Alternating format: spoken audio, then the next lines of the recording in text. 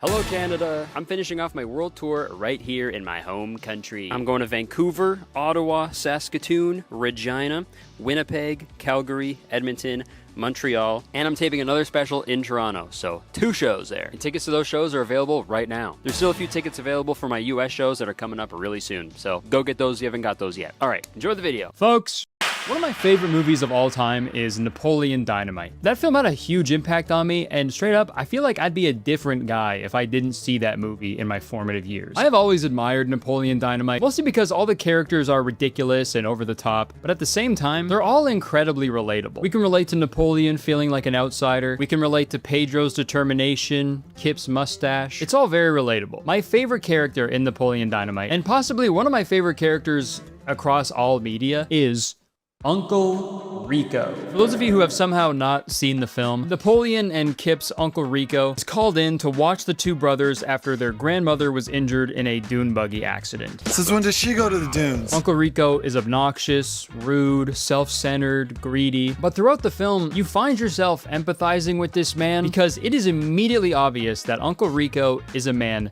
painfully trapped in the past. Man, I wish I could go back in time. Napoleon Dynamite takes place in 2004, but Uncle Rico dresses like he's straight out of the 70s, and he constantly talks about his high school football career and how skilled he was. How much you want to make a bet I can throw a football over the mountains? And throughout the film, he goes on and on about how different his life would be if his coach put him in the 4th quarter of their playoff game. Coach would have put me in 4th quarter.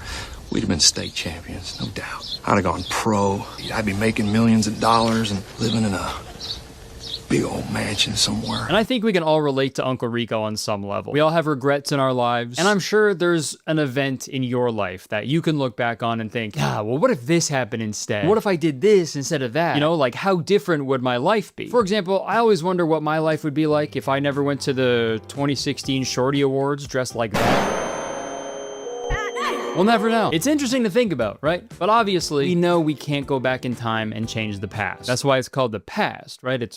It's past. In Napoleon Dynamite, though, after Uncle Rico's little monologue, he gets an idea, and he asks Kip an interesting question. You ever come across anything like time travel? Now, a little later in the film, Napoleon comes home to find a makeshift time machine on his kitchen table. It's a time machine, Napoleon. You bought it online. The time machine is crudely put together. There are different dials and knobs for power level and desired year. It's clearly a piece of junk. So, obviously, Napoleon decides to try it out. Not before saying one of my favorite lines in the movie. Forgot to put in the crystals. And when Kip turns on the time machine, Napoleon is electrocuted. This is also when we find out Uncle Rico has already tested the time machine. It's a piece of crap. It doesn't work. Well, I could have told you that. Great bit. This scene is a seemingly pointless gag in the middle of the film that makes me laugh every time. Now, I've probably seen Napoleon Dynamite probably 1,000 times, but I watched this movie recently while I was on tour, and this time machine scene, for whatever reason, jumped out at me more than usual. That one line from Kip really stuck with me. It's a time machine, Napoleon. You bought it online. That line of dialogue burrowed into my brain, and it really got me thinking, can you actually buy a time machine on the internet? And that simple question led me down one of the most bizarre rabbit holes I have ever been down. But before we get into all that, let's turn the clocks. I think it'd be fun to explore the concept of time travel in general, and really have a firm understanding of it before I actually go out and try to find one for myself. So, what is time travel? Is it when an herb in the mint family forgets to dribble? Yes. But it's also the act of traveling through time. Pretty simple definition. If you didn't know that, I don't know, you're a fucking idiot, I think. It's fucking time travel, man. It's either you're here, not here, but you go back or you go forward. Right? My introduction to the concept of time travel, like most people, was from an old iconic movie. Pretty much the definitive time travel movie. I feel like when people think about a time travel film, they think about this one. I'm obviously talking about Black Knight, starring Martin Lawrence. You guys remember that one? The 2001 film Black Knight? Martin Lawrence's character is sent back to medieval times by a magical amulet, and hilarity ensues. Black Knight. Others were probably introduced to the concept of time travel by a lesser-known film, Back to the Future. A film about a young Marty McFly traveling back to the 50s to save his scientist friend Doc Brown and ensure his parents fall in love or he will cease to exist. Oh yeah, there's also that scene where he makes out with his mom. I guess Tom Brady wrote this movie. Time travel isn't necessarily a modern concept, though. An ancient Hindu poem called the Mahabharata tells a story featuring time dilation, the phenomenon where the passage of time is perceived differently by observers in different frames of reference, primarily due to relative motion or gravitational effect. And I came up with that definition all by myself. In this ancient Hindu poem, a man and his daughter visit the gods for 27 minutes, but when they return to Earth, they learn that 116 million years have passed. That's literally me when I'm gaming. Time dilation is like, dude, I keep wanting to say Dalmatian. The time dilation is real, you know. Time dilation is like a real proven thing too, which is fucking crazy. And the popular example people use to describe this phenomenon is, if you were to take a set of twins, force one of the twins to stay on Earth, and then force the other twin into a rocket ship that travels through space like super fast, each twin would be traveling through time at different speeds. So when the space twin returns to Earth, they would be much younger than their Earth twin, also known as the ultimate prank. So that right there is pretty much proof that time can be manipulated and traverse at different speeds through space. But obviously the actual action of like jumping forward or backwards in time has never been done, even though some people think it has, but we'll get into that in a second. Time is an odd thing though, right? If you asked me to describe time, it'd be like, I wouldn't really know what to say, right? It's a thing that we're in, but you could, at the same time, you can be on it. And we also have it, but it's tomorrow. And sometimes yesterday, but also right now. It's impossible to describe. Time is this weird, otherworldly concept with no really easy way to comprehend it. I feel like when something like that exists, people kind of just make up their own ways to perceive it. But don't worry, there are some highly intelligent individuals out there who are able to rationalize time in very interesting ways. Like this alpha male I saw on TikTok. So I measure time. I've compressed and condensed time. I've bent it. My day is 6 a.m. to noon, and I'm not crazy. You're crazy for thinking it takes 24 hours, just like some dude in a cave did 300 years ago. My second day starts at noon and goes till 6 p.m. That's day 2. And then the next day is 6 p.m. to midnight. What I've done now is I have changed and manipulated time. I now get 21 days a week. Stack that up over a month, I'm gonna kick your butt. Holy fuck. Who's to say this man is not a time traveler? He has extended the time that he has just by saying that he did. Is that all it takes? I don't know. It is always a good sign though when someone is talking and then immediately after they go, I'm not crazy by the way. You are. I'm not crazy. You're crazy for thinking it takes 24 hours, just like some dude in a cave did 300 years ago. Also, did he think we were all cavemen 300 years ago? I feel like he should spend one of his 21 days a week to fucking read a book or something, because what the fuck? And I'm not crazy. Dude, this guy must be a fucking nightmare to make plans with. Hey man, you free Tuesday? No, sorry, I'm busy. How about the day after? Wednesday. No, not Wednesday. The day after Tuesday. Which would be Wednesday. For you? Yeah.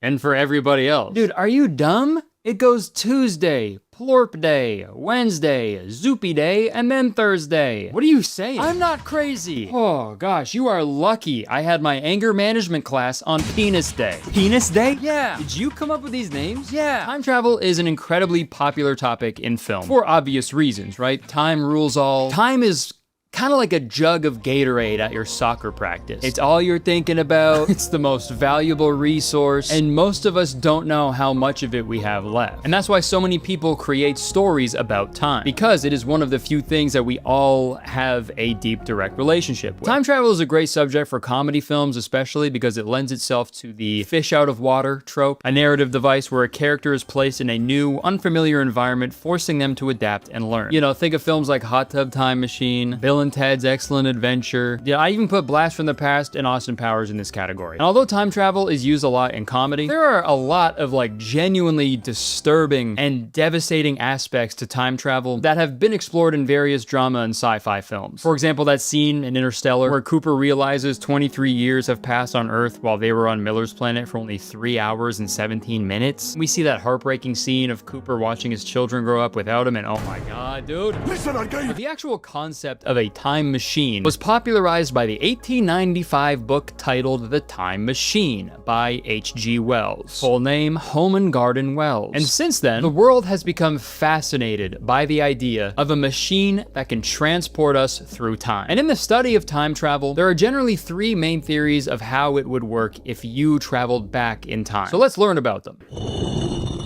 Welcome to class. Let's go over the time travel theories. Can you see? Kind of.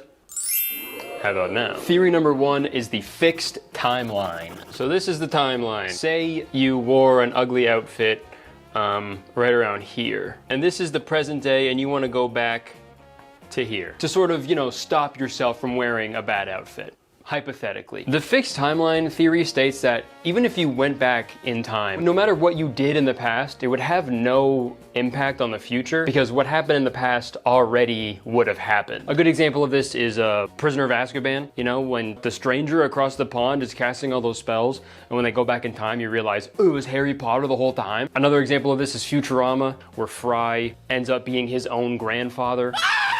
And in this, oh wait, sorry, I gotta draw a little hat on this guy's outfit.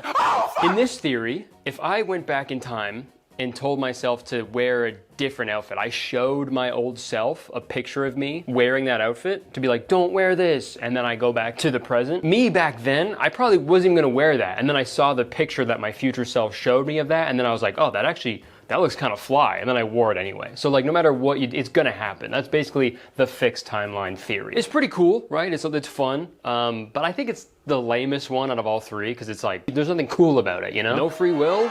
L. All right, theory number 2, that would be dynamic timeline. This one's gotta be the coolest one, I think. So let's get a timeline here. Me, present day, bad outfit right here. This is a theory that states that whatever you do in the past has a direct impact on the future. So think of a movie like Butterfly Effect and how changing one simple thing in your past has these ripple effects and will drastically change the way your life pans out. You could go back in time, invest a bunch of money in Apple, and then when you come back, you're rich AF. Or, you know, you go back in time and you get rid of the stupid outfit, and then, whoa, in the future, you're a little happier. The only caveat though is if you go back in time and make out with your mom, you know, when you come back to the future, you're still a weirdo. Sorry, Tom Brady. And now it's time for theory number 3, the multiverse. Someone at Marvel just fucking came their pants, bro. This is the theory that claims that there is an infinite number of universes. So if you go back in time and change something, you know, we get rid of this silly hat. Doing so would create a branching timeline. So essentially the main timeline, the original one, stays the same. I still have the dumb hat and I'm sad now. But then doing so creates a new timeline where the effects, you know, actually take place, and I'm happy down here. So this one's pretty cool, but it's also a little scary, because like if someone traveled back in time, right, it's the worst arrow ever. If someone travels back all the way here to, you know, unalive a baby dictator, obviously that'd be pretty cool, because then in this new timeline, that horrible thing never happened. Yay. But then it's kind of weird because in the original timeline, it stays the exact same. Like the terrible event still took place, but now there's this new timeline created where you're just like a baby killer. So, you know, small price to pay, I guess. All right, thank you so much for attending my lecture. I hope you have a firmer grasp of the 3 theories of time travel. Now, back to me. Now, obviously, time travel isn't possible right now. And I don't even know if it's gonna be possible in the future, because if it did, I'm sure there'd be people coming back from the future and fucking bragging to us about it. Dude, I'd 1000% do that if I could time travel. You're from back here. That sucks for you. Neener, neener, neener. I'm from somewhere better. But there are people out there who genuinely believe time travel is possible in the future and possibly right now. And there are a few popular cases out there with some intriguing evidence to support their claims. So let's take a look at the evidence. So if you look up time travel evidence or time travel proof on TikTok. Whoa, hold on. TikTok? TikTok, like a clock? Like the passage of time? Holy shit, this goes all the way to the top. I looked up time travel proof on TikTok, and I found this guy who made a 29-part series about his first-hand encounter with a time traveler. This dude's coming onto my property to what looks like rob my house, but it actually turns out he is a time traveler. This guy walks around my backyard, goes to my shed, opens the door, goes inside, and disappears. The cops came, they went in the shed twice. He wasn't in there, and you can see he never came back until the next day right here. Notification on my camera that there's somebody in my backyard, and this guy leaves my shed. But here's the craziest part. This looks like the same guy, maybe, glasses, whatever. It was the other guy. He noticeably aged. Looks like the same guy, but aged. So him again, and now him. Somebody explain this. Okay, I will say this whole thing seems a little weird. And sure, you could make the argument that these guys do look a little similar. Maybe they could be the same guy at different points in their life. I don't know, man. There's something a little weird about a time traveler looking like that. When I think of a time traveler, I'm picturing someone either dressed like the Men in Black or like in a legit spacesuit or something. I'm not picturing a dude in a Guess t-shirt and long jean shorts, dude. He looks like the type of guy who would yell at you on the street about being able to time travel, okay? Not actually do it. This TikTok of his got like millions of views though, and people in the comments were convinced that this man that went into his shed is 100% a time traveler. That's him but older. Definitely a time traveler. Shed is a portal. That's the time travel. But on the flip side, some people in the comments had their suspicions. He is not a time traveler. He is a shapeshifter. Or he is a paranormal. But definitely not time travel. Lots of magicians do this very easily, but if anything, he is shapeshifters. He's not a time traveler, okay? He's a shapeshifter or a paranormal, just like Chris Angel. You know how stupid you sound? You're not getting it. It's not clocking to you. By the look of his profile pic though, I trust him. So yeah, over the next 29 videos, this man goes insane over this supposed time traveler. He sets up another camera inside of his shed. He then develops this weird theory that this man is this other man who died in 2018. This guy, who looks pretty similar to our boy here. The crazy part is this guy was obsessed with time travel. And you can see 9 years ago, he used to post on blogs talking about time travel and how it works. This guy died in 2018. First off, super disrespectful to that dead guy. But also, too, like any old guy who's obsessed with time travel, gonna look exactly like that. But anyways, he then goes into his shed and looks for a tunnel or an opening. He then asks his neighbors if they've seen this time traveler around. And at one point, he actually invites a psychic to do a reading in the shed. Is there any supernatural activity happening here? Okay, we got a yes. Come on, bro. All right, that's crazy. Is this shed a portal? How is it moving on its own? So now we're gonna go to the dryer. The energy's a lot more expanded. There's like more activity, like more bugs and everything too. There's more bugs? Yeah, guys, if you got bugs flying around you all the time, don't let people tell you that you stink. You're just a portal. See how the pendulum acts when we put it inside the dryer. Because if it is a portal, it'll start to act a lot more abrupt. Whoa, okay, yeah, the portal is in the dryer. Wow! So that's where all my socks go. We're gonna get a card to see the overall energy. Magician. Holy fuck, the fucking cowboy guy was right. It was a magician. Holy fuck, no way, dude. So this card, if we look at it, it's more of a sense of grief. All right, I'm gonna go ahead and tip it. Okay, also, I don't know where he found this clumsy ass psychic, dude. I don't know if reading tarot cards is the same as 52 pickup. But anyways, he ends this time traveler saga by saying that he hasn't found any more proof of this time traveler, and that one singular time he saw that man was the last time he ever saw him. Unfortunately, nothing. The biggest movement was that paper falling down. And I hate to be a party pooper.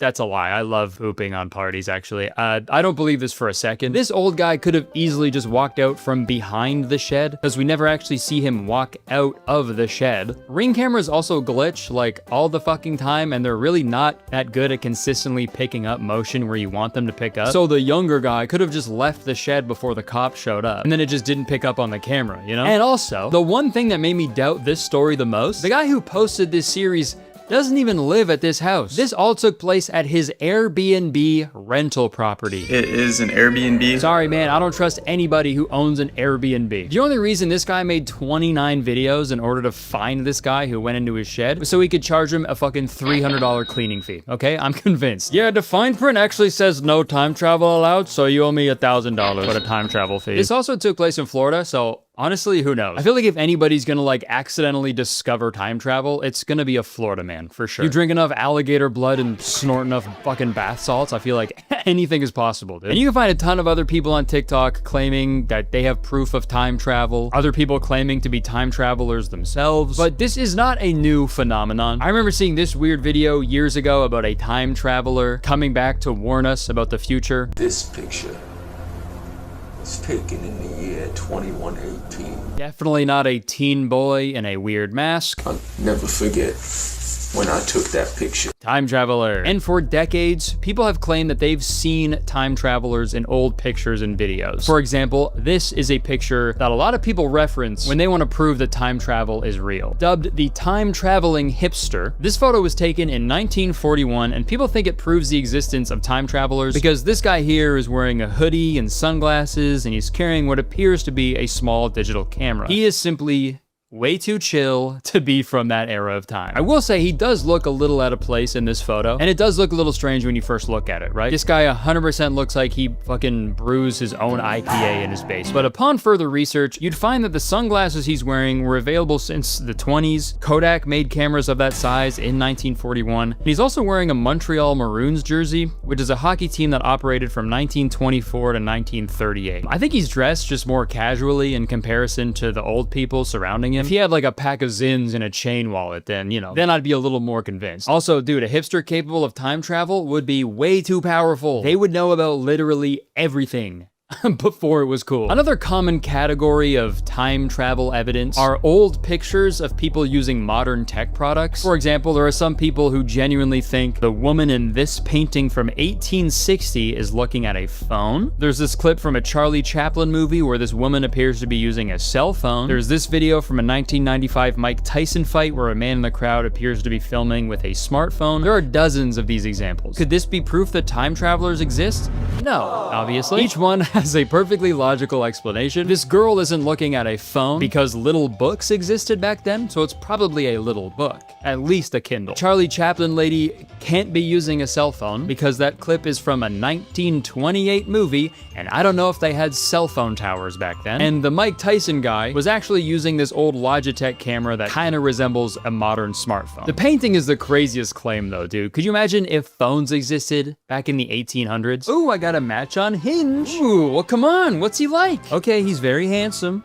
He likes going to vaudeville shows and wearing his pants very high. And, oh no. What's wrong? He's holding up the Confederate flag. Oh, that's a red flag. Well, yeah, there's also a little bit of blue. But hey, at least when the war is over, we'll never see that flag ever again. Folks, I have watched dozens of time travel proof videos on YouTube, but guys, I have to show you my favorite one because holy fuck, this one made me laugh like so goddamn hard, and I need to share it with you. Okay, the title of this video is 10 possible evidence of time travel throughout history. 10 million views. And all the claims in this video are a little ridiculous. Like this one, for example, where they claim the Mohawk haircut didn't appear anywhere until the 1939 movie Drums Along the Mohawk. So they cite this 1905 picture of a guy with a mohawk as proof of time travel. This haircut only gained popularity in the 1970s.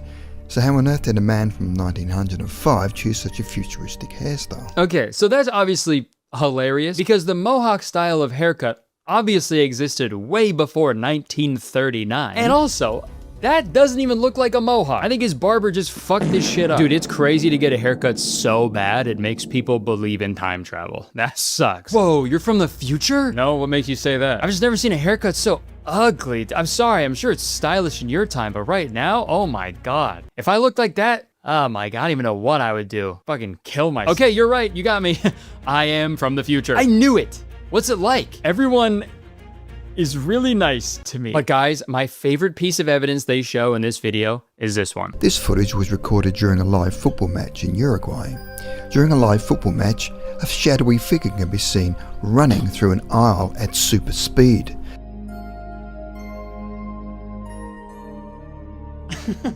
The figure seems to be running through people at an incredible speed.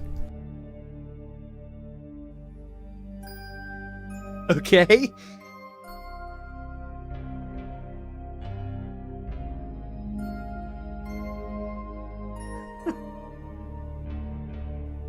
The fuck does a guy running really fast have to do with time travel? He doesn't even say like when this video took place. This is just a video of a guy running fast, dude. Running actually wasn't invented until 1999. So how was this guy moving so fast? Whoever made this video, this guy would have a fucking heart attack if he ever found out about marathons.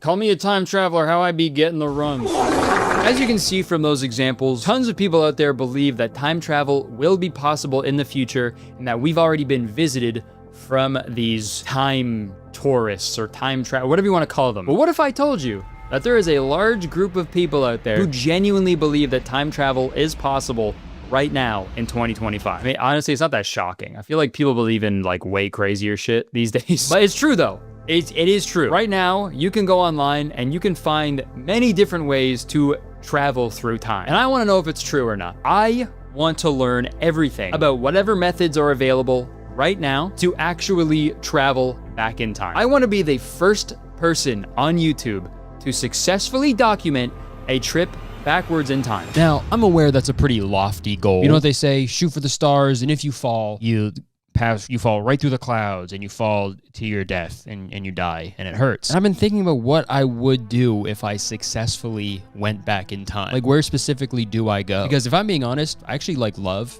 everything about my life right now. This is all actually like best case scenario. So I necessarily wouldn't want to change anything in my personal life. But then I got to thinking, like, if I'm gonna be the first guy to travel back in time on YouTube successfully, I feel like I have a duty. I gotta poop. No, I feel like I have a duty to my fellow human beings to go back in time and prevent something terrible from happening. Not even a duty, it's a responsibility. So I think I need to travel back to a moment in time that truly changed the world as we knew it forever. I need to stop a terrible, devastating incident that took place one day in New York City. Yeah, that one. When sadly, one morning, an airplane dropped me off for the 2016 Shorty Awards, okay? Yeah. And I walked into that building, stood on that fucking teal carpet in that fuck-ass outfit, and the worst photo of all time was taken. And I've been made fun of ever since, okay? So that's what I'm gonna do. But before that, I need to figure out how to do it. So, how do we do it? So the first thing I Googled was buy time machine, and that led me to Etsy. And then if you actually search time travel on Etsy, the first things that pop up are actually like dozens of time travel spells that you can purchase and then I think maybe cast yourself, or the person you buy them from like casts them for you. So for the low price of $170.70, which is also 70% off. So the original price was $568. Okay. The title of this one is Strongest Time Travel Spell, Super Powerful Time Travel Spell, Time Travel Spell, Travel Spell. Okay, so just a travel spell?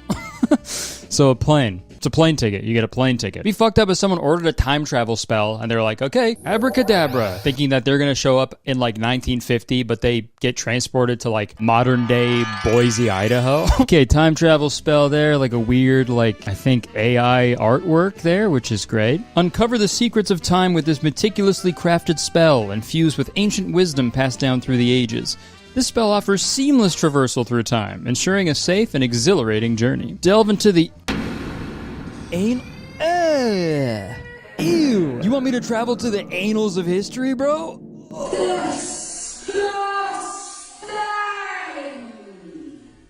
Fine. Also, the reviews on this page don't really make sense either. I've seen a difference. I saw a little movement. On the clock? Yeah, I bet. Let's just... I don't know what that means. Maybe that's like this text-to-speech while they were performing the spell. So I was looking through these for an entire evening and they were fucking cracking me up. But like the more I looked into them, the more sad I got, because like when you think about it, who's the type of person to purchase a time travel spell? Most likely it's someone who wants to go back in time and change something awful in their past so they have a better life in present day. So like all the real actual reviews for these time travel spells are left by people who are like genuinely sad and depressed and just desperate for change in their lives, and they're convinced that this time travel spell is going to be the one thing that finally fixes all their problems. I'm looking forward to the results of the magic. I hope to avoid several mistakes again. 5 stars. May the powerful magic manifest and make my wish come true. Thank you. 5 stars. Good service, and I am waiting for the results. 5 stars. And no exaggeration, every single review for every single one of these time travel spells is 5 stars. But at the same time, every review is like, waiting for my results. We'll see if anything pans out. Like, guys, don't rate it 5 stars if nothing fucking happened yet, you know? I am convinced the sellers are for sure like, oh, by the way, like, if you don't rate this 5 stars, then the spell won't work. Sorry. But the time travel spell review that really stopped me in my tracks was this one. Hello. Purchase 2 times to get the enhanced effect. I maintain total faith that the results will come true. I trust in your enormous abilities, Jessica. Help me get back to that date to avoid the problem I told you about. And beyond the best review, I will thank you for life, I promise. 5 stars. No! First off, help me get back to that date to avoid the problem I told you about? So sad. Absolutely heartbreaking. But also, purchase 2 times to get the enhanced effect? That sounded weird as fuck, okay? So I checked out the description, and what do you know? Buy 1 time, single cast. Traveling 100 years in the past or future will become easy. Buy 2 times, double cast. This one will show you results sooner, and you can time travel easily. Okay, so one is easy and one is easily. Big difference. Buy 3 times, triple cast. Watch 5,000 years in the past or future with this spell. Buy 4 times. This is my strongest spell, and it helps you see any event of the past or future. That is evil, okay? I'll say it, evil. Evil behavior. Look, man, it's one thing to, like, prey on people's vulnerabilities and sell them a time travel spell so they can fix the mistakes of their past. But the gall, the absolute gall to be like, listen, if you want it to really work, you gotta buy it 4 times. Maybe that's what happened at the fucking Salem witch trials, dude. Everybody was fine with all the witchcraft and spells. They were just pissed off for being charged 4 times for it, you know? And it's like, dude, if you want to practice witchcraft and spells and shit, go for it, dude. Like, I have no beef with witches whatsoever. But I can only assume that, like, shit like this on Etsy of, like, selling these spells to people, that's gotta piss off, like, actual witches, right? This is warlock behavior, right? Like, you're just, like, scamming people for money and shit. I don't think that's what being a witch is about, right? Just securing the bag. Or maybe it is. I don't know. Every time you see a witch traveling, they're flying private. It's messed up, man. You never see a witch on an economy broomstick, man. Rich witch bitch.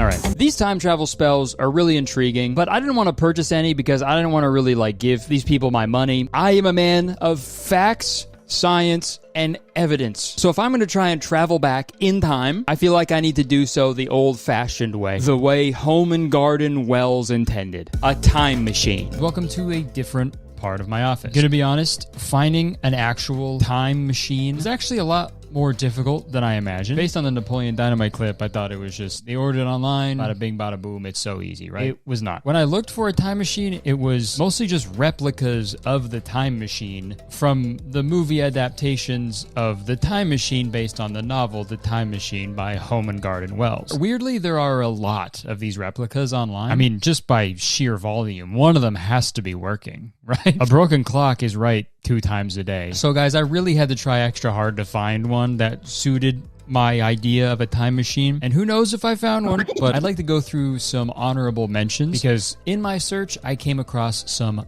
gold. Literally. One of the time machines I found is literally just a gold cube. That's it, dude. Just a gold cube, like Minecraft. I couldn't get my hands on one of these, unfortunately. I couldn't really find one for sale anymore, but they used to go for around $200 on Amazon and eBay. And the item description says, this time machine is made of a special material. Secret. It has to be custom made and blessed. It's a little wild to not even say what the material is though, right? That's it's a little crazy. At least give us a hint, you know? You can't just be like, I'll never tell. Like imagine buying like a bag of chips and you look at the ingredients and it's just like, it's actually none of your beeswax. But I found this video of this father and son who purchased one, and when they got it, dude, they didn't even get a gold one, which sucks, but they ripped the paper off of it and it's just like a plastic box. And according to Atlas Obscura, this golden box is a Wiccan / pagan device, so it's a little alarming that these people are just friggin' ripping it apart and shit, playing with its corpse and stuff. I would not do that, dude. You and your family will be cursed for always and eternity. I don't know what kind of material, gold, blue. Just fully got radiation poisoning there, 100%. Also, this channel hasn't uploaded in like 3 years, so as far as I know, I'm correct. I don't know what kind of material, gold. Sadly, in this video, it shows that the time machine doesn't work, but the listing did say that belief in the time machine is of paramount importance. So much so that it claimed that you shouldn't even bid on the time machine if you don't fully believe that it will work, which is kind of a genius business tactic, if you ask me. If someone complains and says it doesn't work, you just be like, sorry, you didn't believe hard enough. That's on you. In other news, guys, if you buy tickets to my upcoming tour dates, you will gain the ability to fly. And if you don't, you just didn't believe hard enough. I also found this astral projection time travel machine helmet psychotronic technology, which is quite literally a hard hat with a wire poking out of it. I'm not really sure about the mechanics of this one, but I mean, the timestamp on this picture says 2014, and looking at it in 2025. Holy shit!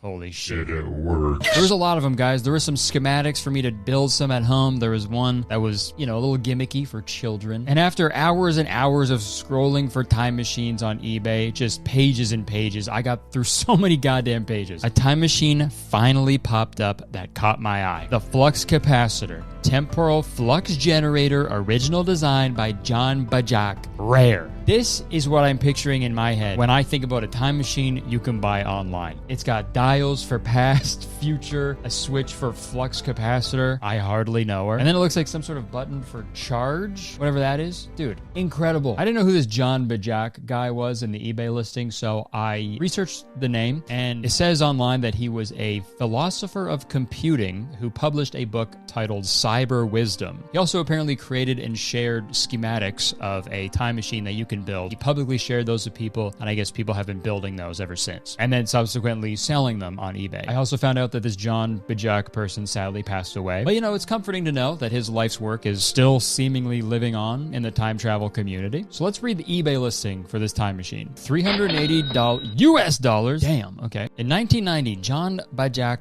copyrighted, not patent, secret, his invention of a flux capacitance time travel circuit, and he even provided the schematics for it to KeelyNet. And it works, he says. It's amazing it never made the front page of the newspaper. Yeah, shocking. Excerpt. Point transducer output toward the person or thing you want changed. That thing, such as a clock or piece of shelving, will begin oscillating between past and future. I noticed time stretch thinner and thinner until I noticed time seemed to stop while it was turned on.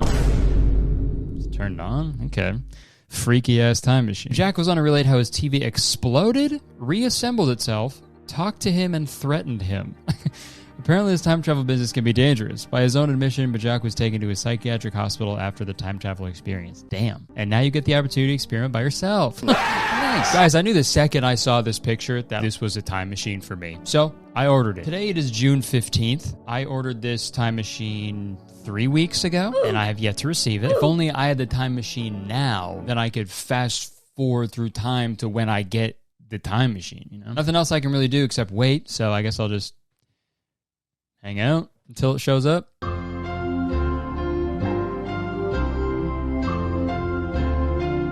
During the 3 weeks of waiting for my time machine to arrive, I unfortunately fell deeper into this time travel rabbit hole, or wormhole, I guess you could say. I fell deeper into this worm's asshole. I did a lot of reading on the r/time travel subreddit, and I found a lot of stuff. There was a lot of crazy, anecdotes from people, personal theories, but I want to show you this AMA from a so-called time traveler from the year 2372. Some highlights include them saying that there's going to be an artificial superintelligence named Gira, and Gira oversees and controls every single thing we do. They also say that everybody has guaranteed housing, which is pretty cool. But then they also said, since almost everyone is physically attractive now, cheating is far less common. Nice. No more ugly people. Man, thank God. It was really funny because right after that, someone asked them what life is like in the year 2372. And in response, they say, I'll be honest, I come from paradise. So much so that I've considered ending my life because I can't stand it here. Yeah, take a number, pal. It is also pretty crazy to say that you want to end your life right after you say that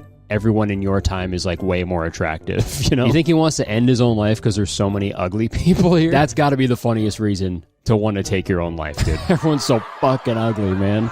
His suicide note just says, yuck, you're all chopped. See ya. This time traveler also claimed that Donald Trump is going to be impeached in 2026, so let's go. And if that happens, guys, come back to this video, leave a comment. Please let me know. Please inform me, because if that happens, I actually might believe the rest of the stuff he said. I spent a lot of time reading posts on the r/time travel Reddit, and it's actually baffling how big the time travel community is. And the coolest thing about it was like everybody seemed like it was like weirdly supportive and collaborative. There's definitely a healthy amount of skepticism in the community, which is definitely important. But still, for the most part, I feel like everybody in that community is just very curious and fascinated by the concept, and they want to see it achieved one day. Like every video I see on YouTube of someone testing out their fucking time machine, all the comments are just like people giving their like tips and tricks and like, here's how it worked for me and stuff. And it's like, it's truly crazy that there's this many people passionate about time travel. A thing that's never actually been like 100% proven. I guess it's no different than people believing in God and shit and like going to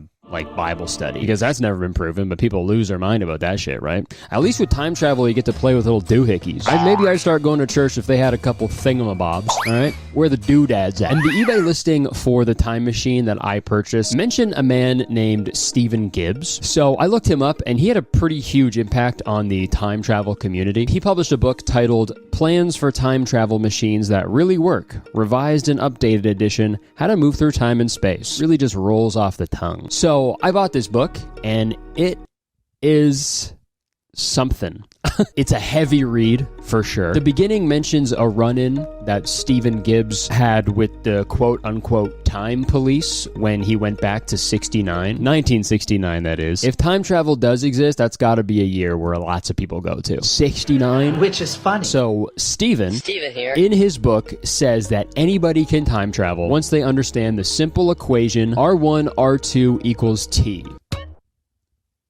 Oh, sick. Joking. That is not a GTA cheat code. R1 stands for first point of resonance, and R2 stands for second point of resonance, and T as in Troy. T as in Troy? Yeah. And just so you know, because I had to look this up as well, a point of resonance is the natural frequency at which an object or system vibrates with maximum amplitude when subjected to an external force or vibration. Stephen then talks about the use of quartz crystals, so I guess that Napoleon Dynamite scene was pretty accurate. Note, when working with quartz crystals, it is a good idea to ask the Lord to bless them. To do this, walk into your closet and close the door, then ask Jesus Christ to bless them while you pray over each of the crystals. Then, with some salt water, sprinkle your crystals 3 times, blessing them in the name of the Father, Son, and Holy Ghost. If you do this for all your crystals, then nothing evil can affect them. Nice. He never says to come out of the closet, though. Which I guess is good, because God hates when people do that. And this isn't the only reference to God/Jesus when you look into the history of time machines. Spirituality and religion is like way more prevalent in the time travel community than I thought it was going to be. Like when I think of time machines, I'm straight up thinking of just like a mad scientist type guy, right? With like a crazy looking machine, and it's just all science, right? I'm not picturing the fucking Pope, you know? And I don't know too much about Christianity, but I assume the act of time travel would be like blasphemous, right? God created time, right? And has like a specific plan for everybody. So going back and changing the past, you're pretty much like playing God. And that's fucked up, man. The only person that should be playing God? Morgan Freeman. Or maybe it was God's plan... Drake. Maybe it was God's plan for that person to go back. I don't know. Who knows? My favorite part of this book, though, is when he goes off the rails a little bit and starts talking about the other technology that he's developing. In his book, he claims that by using one of the barium oxide bar magnets that you can buy directly from his catalog, if you place... Now stay with me here. If you place a pack of cigarettes on top of that magnet, the cigarettes will then become safe to consume. Huh? You know, I really would like to try that out, but I feel like that would take a really long time to see the results. I don't know. Guys, comment below if I should develop a lifelong cigarette addiction to test that out. I'm not going to go through the whole book because that would take fucking hours, but I recommend you guys give it a read because there are some wild tidbits of information in there. Tidbits. I said timbits. Sorry. You can take the Canadian out of Canada, but So just to give you guys a little update, my time machine is currently being held in customs right now, so I should hopefully have it soon. But I figured it'd be a good idea to prepare myself mentally for what I can expect if I do successfully travel back in time. And like I said, there's tons of people out there who claim that they have personally traveled through time, and if I'm going to do it, I need to find out what it's like from them firsthand. Which brings us to our next topic, Project Pegasus. In my search for a real time traveler, I stumbled upon a man named Andrew Basiago, a man who has made several public claims that he was actually used by the CIA in a series of secret time travel missions and Mars expeditions called Project Pegasus. And this all took place when he was a child in the 80s. I watched like a 2-hour presentation he did on YouTube, and the amount of detail he gave was actually fucking mind-boggling. So either this actually happened or he has the most like vivid, active imagination of all time. And he's pretty much spent his entire life like raising awareness and trying to get the government to reveal their time travel secrets. He was so passionate about this mission, in fact, that he was actually running for president back in 2016. And I was able to see what his website looked like in 2016 by using the Wayback Machine. And it's the fucking greatest thing ever. So let's have a look. Let's get into the mind of a real time traveler. Andrew D. Basiago, one man in the name of truth. Andrew D. Basiago was a prominent figure in the truth movement. For more than 10 years, he has shared with the American people the true facts of our great nation's accomplishments in time travel and Mars visitation. He has done so as one who served bravely in the 2 secret U.S. defense projects in which time travel on Earth and voyages to Mars were first undertaken. As a result of his courageous advocacy as a crusading lawyer, oh, he's a lawyer too! Oh, sick. Oh, hell no. Look at my lawyer, dog. I'm going to Mars. Andy is credited with ending the time travel and Mars cover-ups by the U.S. government on behalf of the American people. Oh, shit. He did it. All right, let's go. And on this site, he had 100 proposals that I guess he would enact if he became president. A lot of them are about time travel and the government revealing their secrets, but his 16th proposal is protecting the Sasquatch species. Sasquatch exist. I know. I'm the first U.S. presidential candidate since Theodore Roosevelt to declare publicly that I have encountered Sasquatch. This gives off the same energy as that clip of Soulja Boy. I'm the first rapper with the iPhone. Oh, what the fuck? Theodore Roosevelt's encounter occurred when a Sasquatch was scared into his campsite one night when he was on his Great North American Ape Expedition. I encountered an adult male Sasquatch and his young son when I was camping at Lake Sacandaga these nuts, in the Adirondacks in 1966. The Sasquatch have matrilineal DNA that is human and patrilineal DNA from an unknown primate. The president should protect the Sasquatch by putting them on the endangered species list. Finally, a president who has their priorities in order. I know the current president doesn't give a fuck about Sasquatch, dude. If the American government in 2025 encountered Sasquatch, it'd be like that scene in Strange Wilderness. Huh? Oh, fuck! And I know you're thinking, like, this is such a weird thing to include in your proposals for presidency, right? But I mean, this guy compared to the guy who actually won the election in 2016? I don't know. I feel like I trust this guy way more. Let's see another one. Developing an ET contact policy. According to a space physics textbook used at the U.S. Air Force Academy in the 1970s, 57 extraterrestrial species are visiting our planet. 4 ET species, the small greys, the tall greys, the reptilians, and the Nordics, are known to be visiting our planet frequently. We need to not only achieve transparency about the ET situation, but also to develop an ET contact policy that is subtle, nuanced, and recognize that the ET species that can reach us across interstellar space might include those that are benevolent, neutral, and hostile to our interests as Earthlings. Let's fucking go. I am all for this. Trump talking about illegal aliens? Boring, racist, dehumanizing, xenophobic. This motherfucker talking about illegal aliens? Cool as fuck. Wicked, badass. Need I go on? And if you think this guy is a little out there, would it change your mind to know that he was friends with Barack Obama? Yeah, well, according to Andrew Basiago, when he was a child, he traveled to Mars during a Project Pegasus mission with none other than a young Barack Obama, who he says used to be named Barry. When did you first meet Barack Obama? I met Barry Soetoro, and forgive me if during this broadcast I refer to the president as Barry, because that's how I knew him, when I first met him when I was 18 years old. And this Wired article about his claim says, between 1981 and 1983, Obama is supposed to have visited Mars twice by way of a teleportation chamber called a jump room. Basiago, a fellow chrononaut, told the website Exopolitics that he saw Obama walk back to the jump room from across the Martian terrain. To acknowledge his comrade, Obama is said to have told Basiago, we're here. Apparently, with some sense of fatalism. Oh, you think this guy's lying? You don't think Obama actually went to Mars? I believe we can send humans to orbit Mars and return them safely to Earth. And a landing on Mars will follow, and I expect to be around to see it. We've been there before. And think about it, man. Barack. Rock. What's on Mars? Rocks. And is it Obama or Obama? Obviously, Barack's at Mars always. Wake up. I tried reaching out to this Andrew dude several times so I could interview him for this video, but he never got back to me. I don't know if he has access to his Gmail on Mars, but I found someone even cooler, dude. I found an author named Eric Bowen on the time travel subreddit who claimed to have come face to face with 2 time travelers in his life. So I talked to him for a little bit recently, and we had a great conversation about all this stuff. He's never personally time traveled, but he told me about 2 separate times in his life where he's experienced these instances best described as time echoes. This is what he sent to me before we actually spoke. My own first memorable encounter with the time traveler, and I believe in divine personage, came while I was working at Astro World Amusement Park in Houston in the summer of 1980. There was this girl, a regular visitor, who would come and sit next to me aboard the train where I worked, listen to me talk with a gentle smile, and occasionally chat.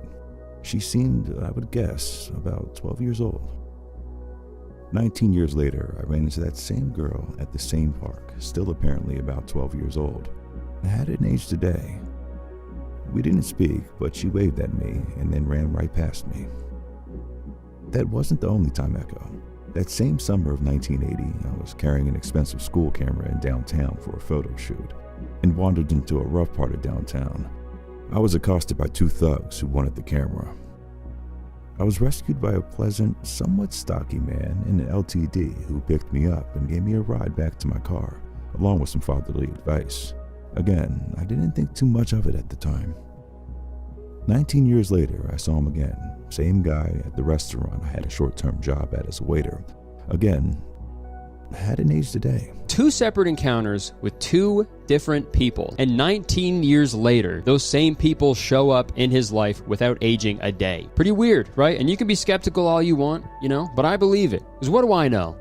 What do I know? Nothing. I don't know anything. I don't know a damn thing about time travel, okay? So I asked him a question about my upcoming trip to the past. If I do use this time machine, do you have any advice for me? If you develop a time travel machine, or if you get the opportunity to be taken on a time travel journey, my first advice would be don't try to make too big of a change at once. I'm not saying don't make any change, but don't make a big change. Because like I say, there are some big players in this game, and you don't want to spook them prematurely. Okay, that's good news. The only thing I'm changing is the outfit that I wore to an internet award show in 2016. So I think I'll be A-okay. I had a great time talking to Eric, and he was a really sweet guy. So I'm going to put a link in the description where you can buy his novel, Guardian Angel. So yeah, if you want to go support an independent author, go check out his book, man. Show some love. You know what? After all this, I feel like I am mentally, physically, and spiritually ready for my journey through time. The only thing missing is my actual time machine. But the shipping estimate says it should be here tomorrow, so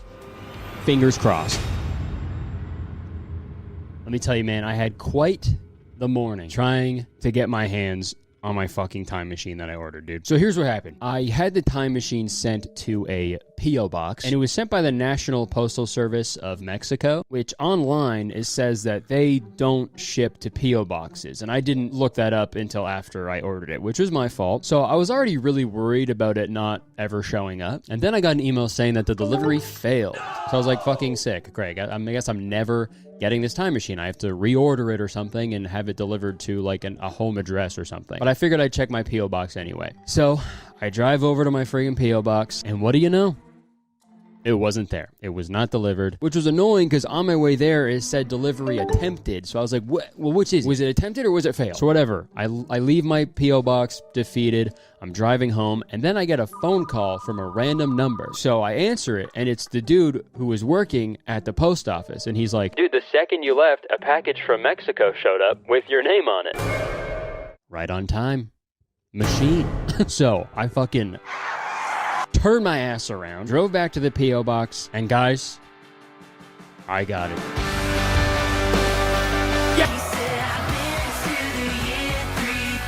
Hey guys, it's time machine time. I fucking got it! I got it! So yeah, it was quite the the mix-up to get this, but let's rip this open, man. I don't have a box cutter or anything. I can use keys. By the end of today, that Shorty Awards picture is not gonna exist on the internet. Trust me, it'll be gone. I will say, this is very light.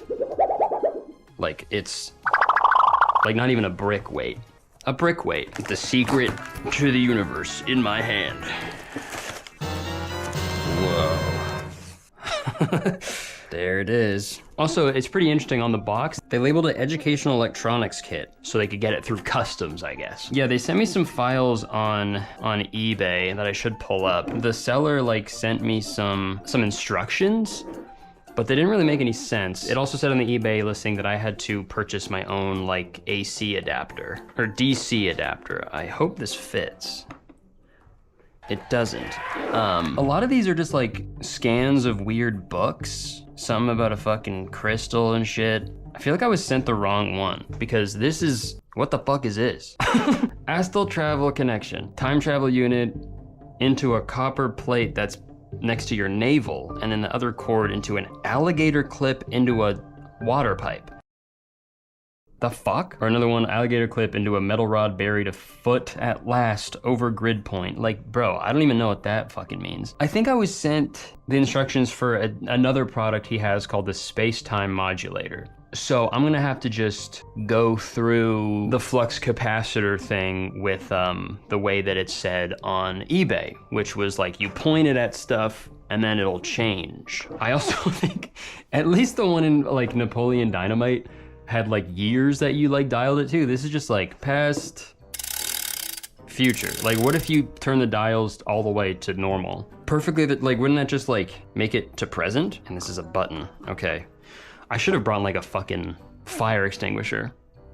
Well, I'm in my podcast studio, so I've got like sprinklers. So, I guess.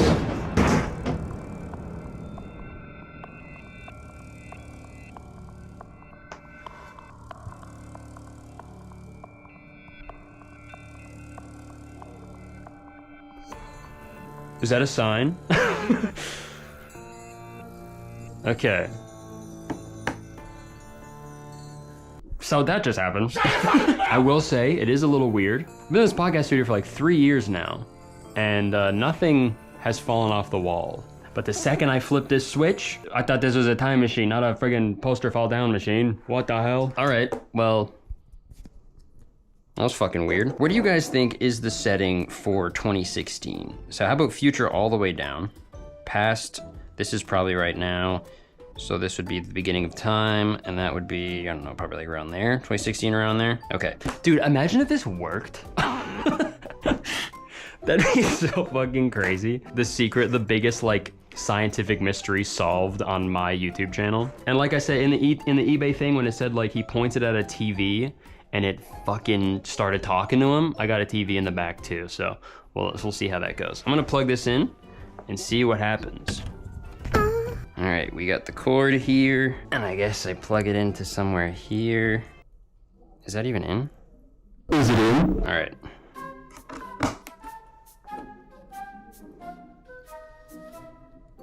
Is this working? This is the cord he told me to get.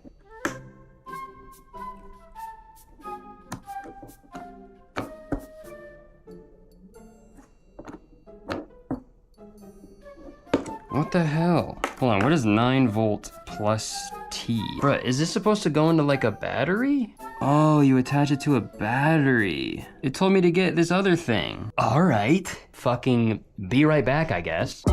I'm back with the goods. It's pretty impressive that something as powerful as time travel, all you need is a fucking little battery. They get from the dollar store, dude. It was like $2. Pretty good deal. Also, I was thinking, this actually gives me a good opportunity because I was caught up in the moment, yet I wasn't really thinking. I didn't really bless this, so I want to make sure nothing evil happens, like in the book said. So,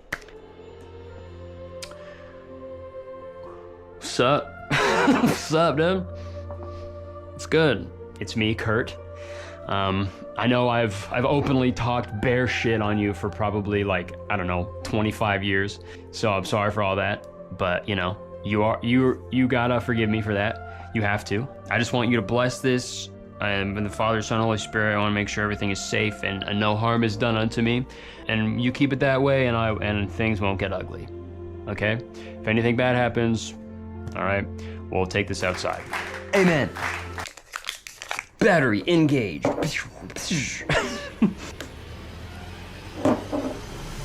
Charge. The light turned on. It beeped.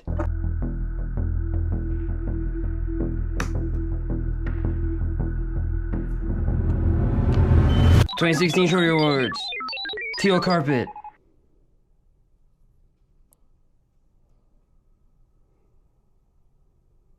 Imagine the fucking poster goes back up. What if I say it while holding down? No, I never wore that outfit.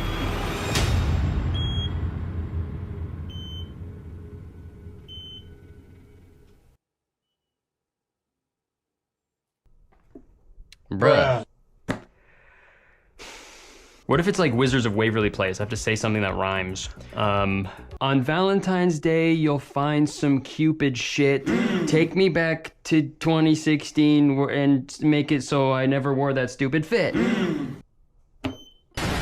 Okay, actually, I don't feel anything different, but I don't know. Let's check. I'm gonna Google Shorty Awards Kurtis Conner. Guys, this is a moment of truth.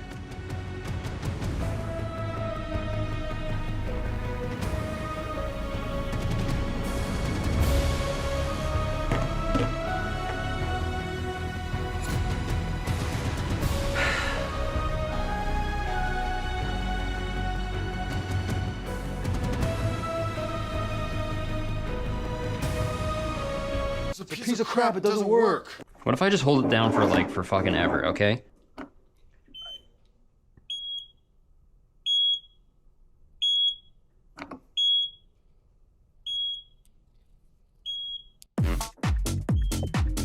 Fucking DJing here, dude. Fuck. Okay, well, there's that thing with the TV, right? He said in the eBay thing, he pointed at the TV and it like started talking to him and shit.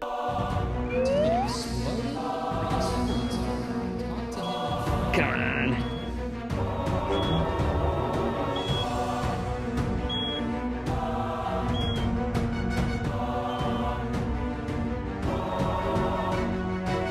What if I crank it up to future? It's set all the way to future.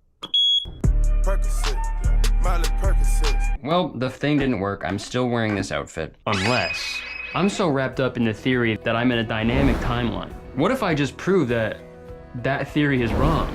If I would have gone back and changed it, this would have been a different picture. I would have been wearing like a nice normal suit. So it's either the fixed timeline or I just created a new branching timeline from this one. There is a universe out there now where I'm wearing a normal outfit.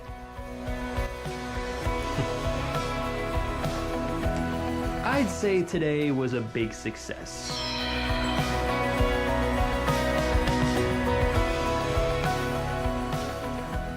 Hey guys, I know this is a shocker, but the battery-powered time machine I bought from Mexico didn't work. Big ay caramba moment. Maybe I should have purchased it 4 times for the enhanced effect. And I know this video is long as hell, and I apologize for that, but when I got the idea for this video, I didn't want to just order the time machine off the internet, try it out, and just take the piss out of it for no reason. Because I think the actual concept of time travel is such an incredibly human idea. And I knew if I actually looked into it further, I would learn a lot about other people, and possibly even myself. Life is like an endless onslaught of mistakes, fuck-ups, and missed opportunities. And I know for a fact that each and every one of you has their own 2016 Shorty Awards in their life, okay? So I totally understand why people devote their entire lives trying to figure out how to travel through time so they can fix a mistake they made, or maybe they want to go back and see a person they lost just one more time. That makes perfect sense, dude. The fact that we're all not doing that all the time is actually fucking crazy. We're all the weird ones, okay? I'm not crazy. You're crazy. And if you were wondering, like, what's actually inside the time machine, don't worry. so was I. For all I know, inside of here is just a thing that makes a beep noise. Well, I mean, technically that is all it did, so I guess that's a little true. But I was very curious as to what was actually inside of this thing. So I started to remove the 4 screws that held everything together, and I got 1 screw out. Ow! But then I noticed the other 3 screws were like stripped, so I had a really hard time actually getting them out of here. So I left my podcast studio and I had this idea to do this like Office Space parody, you know, that scene with the copier or the printer, whatever the fuck, and they like beat the shit out of it. I was gonna do that with this. But when I brought it home and started to like crack it open in my backyard with a hammer, I realized something. If I do that, I am no better than that father and son who got radiation poisoning from the magic golden cube. I'm gonna be honest, I don't think I'm supposed to see what's inside of here. I really don't. I'm gonna hold on to the belief that this is actually a working time machine, because if I crack this thing open and it really is just a machine that goes beep when you press a button, then that would mean I actually did not create an alternate timeline where I did not wear that hideous outfit to the Shorty Awards in 2016. So as long as this is closed, I'm not in those clothes. As long as this is closed, I'm not in those clothes. Say it with me now.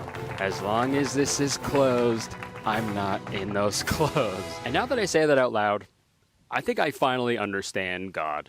Okay, straight up, I understand religion now, okay? You know, the thing you believe in, it may not make sense. All logic and reasoning may be telling you otherwise. But sometimes, man, you just gotta have faith. Obama went to Mars. Magnets make cigarettes healthy. It's all real, bro. And earlier in the video, I didn't understand the correlation between religion and time machines, machinery, right? But now I get it. God created angels to be his messengers, and then he created man in his own image, right? Also, sorry, quick sidebar. You can't be like super religious and have a problem with pronouns at the same time, okay? Because super religious people have no problem capitalizing the H whenever they refer to God as he, him, his, you know? So if they can do that, I think they can handle a simple they, them, okay? Sorry, back to what I was saying. God supposedly created angels to worship him and send out his messages. Bro, all computers do all day is worship us and help us send out our messages. Not to be insufferable and reference a Tumblr post I saw, but every time a computer is courteous or kind to you is because it was programmed to be that way. I hope you think about how angels too were made to serve and worship their creator,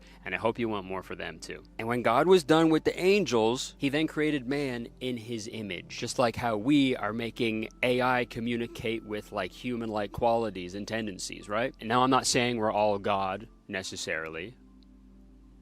I'm just saying that Morgan Freeman is God. I want the final message of this video to be a positive one, so I'm going to send it back to Eric from earlier in this video, because he said something really nice during our conversation that honestly took me by surprise from like an avid time travel fan. If you could go back to one moment in time, where would you go? That's a tough one because, I mean, obviously, I'd like to go back and take the Union Pacific tours in 1956 or 1957 or so, when you take a train all around the western United States. I'd like to take a voyage on the Queen Mary and the SS United States. And there's so many things I'd like to do.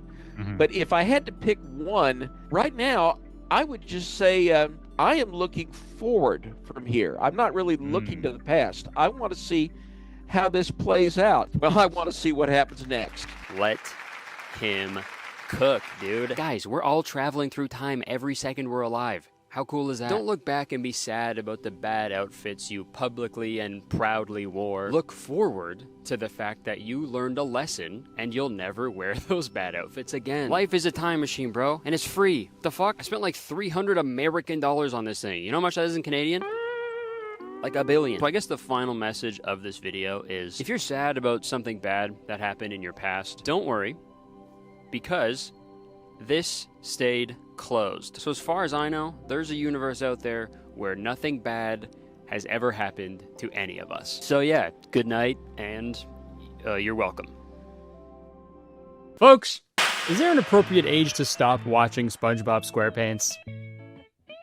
Yeah, I didn't think so either. I feel like I was watching SpongeBob way later than all of my other friends. Like, well into high school, I was watching episodes of SpongeBob. And this was before streaming services, so I had to watch episodes of SpongeBob the old-fashioned way. I had to wait patiently until they aired episodes on YTV, aka Youth Television, aka the Canadian version of Nickelodeon. And since I was watching a show made for children on a channel made for children, in my teenage years, I would still frequently see commercials that were marketed towards children. I'd see a few toy commercials and just scoff at them, you know, but there were a few toy commercials back then that straight up made me go, ah, damn, that actually looks sick as fuck. But, you know, me being like 14 at the time, I had to lock in and be like, nah, I'm way too old for that shit. Anyways, back to my homework. There are so many of these old toy commercials absolutely burned into my brain. The Fushigi. Which I already made a video about a few years ago. Dude, another toy commercial I vividly remember for some reason was Baby Alive. Baby alive, a baby so real. Which is a crazy name for it, because that just, why do you have to specify?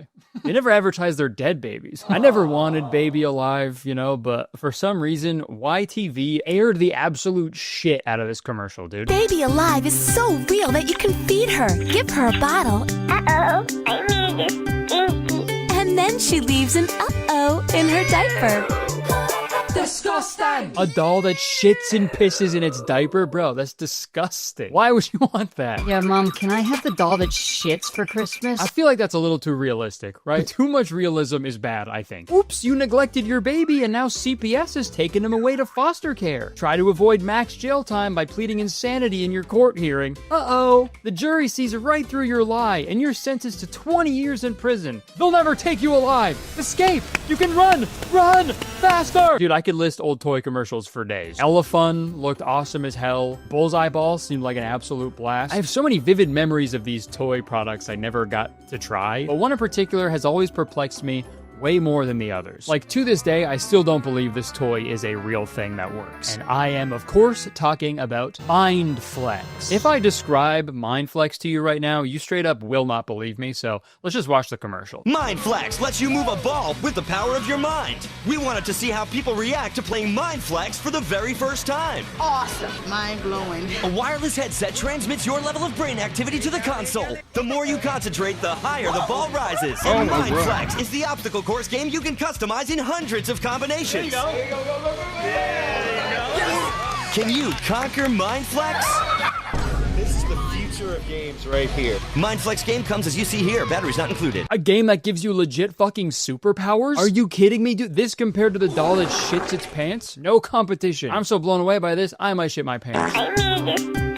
For obvious reasons, every time I saw this commercial, I had the urge to run to Toys R Us and buy it, or at the very least, throw it on my Christmas list. But sadly, I never did, because Mind Flex was released in the fall of 2009, which was the exact time I started high school, and if my classmates ever found out I had a toy like this, oh man, they would call me names I don't think that they were allowed to say. Mind Flex has always fascinated me. It's always just kind of been in the back of my mind. Because as some of you know, I went through a small wannabe magician phase. I became obsessed with Chris Angel because I legit thought he had actual superpowers. So Mind Flex essentially promising the ability to perform telekinesis, all of that was very intriguing to a young Kurt. Also, as a person with testicles, I've spent my whole life moving balls around. Huh? Never with my mind, though. That'd be awesome. That'd actually be huge. If I ever got BSTL, I could just go... and then I'm chilling, right? That's huge. For the sackless people out there, BSTL stands for balls stuck to leg. So that happens sometimes. And when I was a kid, we used to call that bat wings. The stretched skin of the scrotum looks like a bat's wings. Isn't that disgusting? Anyways, I never actually got to try Mind Flex because sadly, you know, I just thought I was too old for it. But now that I'm the oldest I've ever been, I feel like it's time that I finally try it out. That's right, guys. Yeah, it turns out these are actually like super easy to get your hands on. I was fully prepared for a Video Gear Command Center type expedition, but all you really have to do is just go on eBay and buy one of the many Mind Flexes available on there. Not a good sign that everybody's getting rid of these, but I know you're probably all thinking, how does it work? And I'm wondering the same thing. So I feel like before I give this a go, we should really learn what it actually is and how it works. I also just realized that this is the Toys R Us variation. Most of them, they don't have this little Toys R Us stamp on it. Selling this for $1 million. That's the real Mindflex. But on the back, it says, move a ball with the power of your mind. Just put on the headset, then put your brain power to the test. Dude is fucking locked in, holy crap. Utilizing advanced Mindflex technology, the wireless headset reads your brainwave activity. Concentrate, and the ball rises on a cushion of air. Relax, and the ball descends. Your objective, navigate the ball through a mind-bending obstacle course as quickly as you can, traveling up and down by using the power of your thoughts, and right or left by turning the control knob. Up to 4 players can compete in 5 challenging game modes. Okay, that's cool. It says you get 1 console, 1 headset, 4 balls, 3 ring towers, 5 rings, 2 maze cages, 6 maze panels, 1 teeter-totter, 1 propeller wheel, 1 cannon, 1 fuel, 1 instruction booklet, and a partridge in a pear tree. You're telling me you get mazes and balls in here? That's amaze balls. I mean, it still didn't really explain it that well on the box, but it says there that it's made by Mattel. But it looks like the Mindflex technology was actually developed by a company called NeuroSky. They still have a page dedicated to Mindflex on their website, but there's no way to purchase it anymore on there. Tired of games that depend on the roll of a die or lucky draw? With the help of advanced technology, Mindflex introduces a whole new way to play by using the power of your mind. You'll feel like a character in a science fiction movie as you strap on the headset, connect the clips to your earlobes, and align the metal forehead sensor just above your left eyebrow. But even this strange accessory won't prepare you for the sight of a foam ball quivering 5 inches above the game console. This game will send you to the fucking mental hospital, bro. The sight of a foam ball quivering 5 inches above a game console has sent even the bravest men to the brink of insanity. Once you feel like you've mastered the art of telekinesis, okay, so they are claiming this is telekinesis. It's a bold claim for sure. You can test your mental acuity with 5 challenging games designed for groups of 1 to 4 players. This game probably ruined so many kids' lives. They became absolutely cracked at Mindflex at home, and they genuinely believed they had fucking telekinesis powers. And the next day at school, they're like, all right, that's enough, Ryan. You've bullied me for the last time. I am going to put a stop to this once and for all. What the fuck are you doing? Mindflex, activate! What? He's impervious to my powers! It seems you are stronger than I thought. No matter. I'll just increase my concentration, therefore stopping you.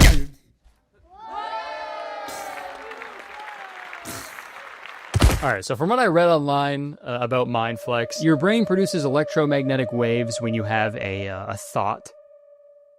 Daughter.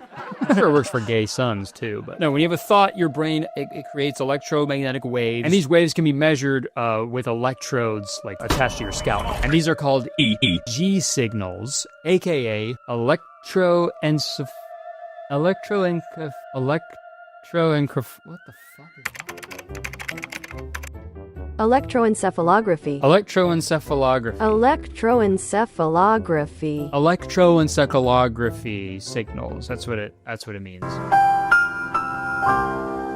what it means. And then Mindflex uses the fluctuation of those signals to move the little foam ball that's sitting in a stream of air created by fans in the Mindflex game. I found a longer Mindflex commercial on YouTube that goes into more detail. Let's watch this first before we actually go try out Mindflex. Mindflex lets you move a ball using just the power of your mind. I just want to keep doing it over and over and over and over. Damn, dude is already straight up addicted to Mindflex. Over and over and over and over. It's funny if the commercial ended with him getting pulled out of the building by security and he's like, come on, let me move the ball one more time. When you start moving the ball, you get really into it. He panned down, he's got piss in his jeans. I got really into it. I couldn't control my bodily function. I am amazed. I am amazed. Holy fuck, okay, this is firing me up, dude. This is working. This is good advertisement, man. This dude just experienced nirvana after using Mindflex, dude. Holy shit. Whenever you concentrate, you generate brainwave activity. Mindflex reads these brainwaves through the sensors in the headset and sends a signal to the console. The fan controls ball levitation, but it's your brainwaves that control the power of the fan. The more you concentrate, the higher the ball will rise. Relax and the ball descends. All right, I think I have a firm understanding on how this shit works now, and after seeing everybody fucking cum their pants about it, I think it's time to flex my mind. Let's go open this fucking shit. But folks, the other day I found out that I was still paying for a streaming service that I have not used in like at least a year. And I spent so long trying to cancel this subscription, I was losing my mind. The app was telling me to cancel on the desktop app, and then the desktop app was telling me to cancel on the mobile app. It was a nightmare. And if anything like this has happened to you before, Mindflex Zone. Mindflex Zone. I was thinking that, or I could do Chris Angel. I could go Mindflex. Mindflex. A lot of options there. We've got Mindflex, man. I thought I'd bust this thing out and just see how it works, man. As you can see, this is the only at Toys R Us variant. Very, very rare. Wow. It smells like another person's house. I'm sure they all didn't smell like that. This is a used one, so that's probably why, but this is what we got, man. The uprising begins here. Holy fuck. Are they recruiting us for a fucking war? This would be on the cover of a fucking Hunger Games novel, dude. We got the board here, I guess. Oh. We got a whole bunch of doodads here, so let's, by the time I'm done playing this game, I'll be able to take these screws out with my fucking head. My mind, I mean. There's something rattling in here too, which is not a good sign, but these actually take C batteries. I've never seen them before, so this is a first for me. And if they're C batteries, I hope they're waterproof. Shut your fucking mouth! Like, see? The uprising begins here. As soon as I fucking put these in, they're gonna start forwarding indoctrination thoughts into my head. Hail John Lennon! Okay, batteries are in. Now I need to put AAA batteries into the headset. Crazy that all these amazing devices are just powered by these little batteries, right? Time machine I used a couple of videos ago, that was just batteries, and I got to travel back in time. It just goes to show you, man, just little things by One Direction. It's a good song. When I'm doing something like this, I would usually want to put my camera strapped to my forehead so you guys get a POV of what it's like to use a Mindflex. But I'm already gonna have another headband on, so I only have one head, unfortunately. So one head. Okay, so this is the forehead sensor right here. Forehead sensor, I hardly know her. So the thing about me is I have a very large head. I got a big noggin. Everybody in my family has one. They all have heads. That's a little loose, actually. Damn, this is for kids? Fuck, if I had a kid whose head was this big, I'd fucking send him back. All right. All right, as you can see, the headband is clearly upside down because the logo is clearly upside down, and it took me way too long to figure this out. Okay, make sure the forehead sensor located under the Mindflex logo is positioned above your left eye. This doesn't look right. Is this right? Ow, this hurts. What the hell? Is this right? I feel like this is wrong. So there's a Mindflex logo above my left eye, right? But then now it's all like that. That can't be right. Wait, it's upside down. Stupid fucking idiot, man. Okay, that makes a little more sense. I need all the help I can get. I hope this Mindflex makes me fucking smarter, because that was the dumbest shit I've ever done. Now we're cooking! Okay, wait, like, why am I eating? Attach the ear clips to each lobe so the metal sensors are flat against your skin. I am so locked in, you have no idea. While sitting as still as you can, turn on the headset. And here they are, the little balls. Turn on the console.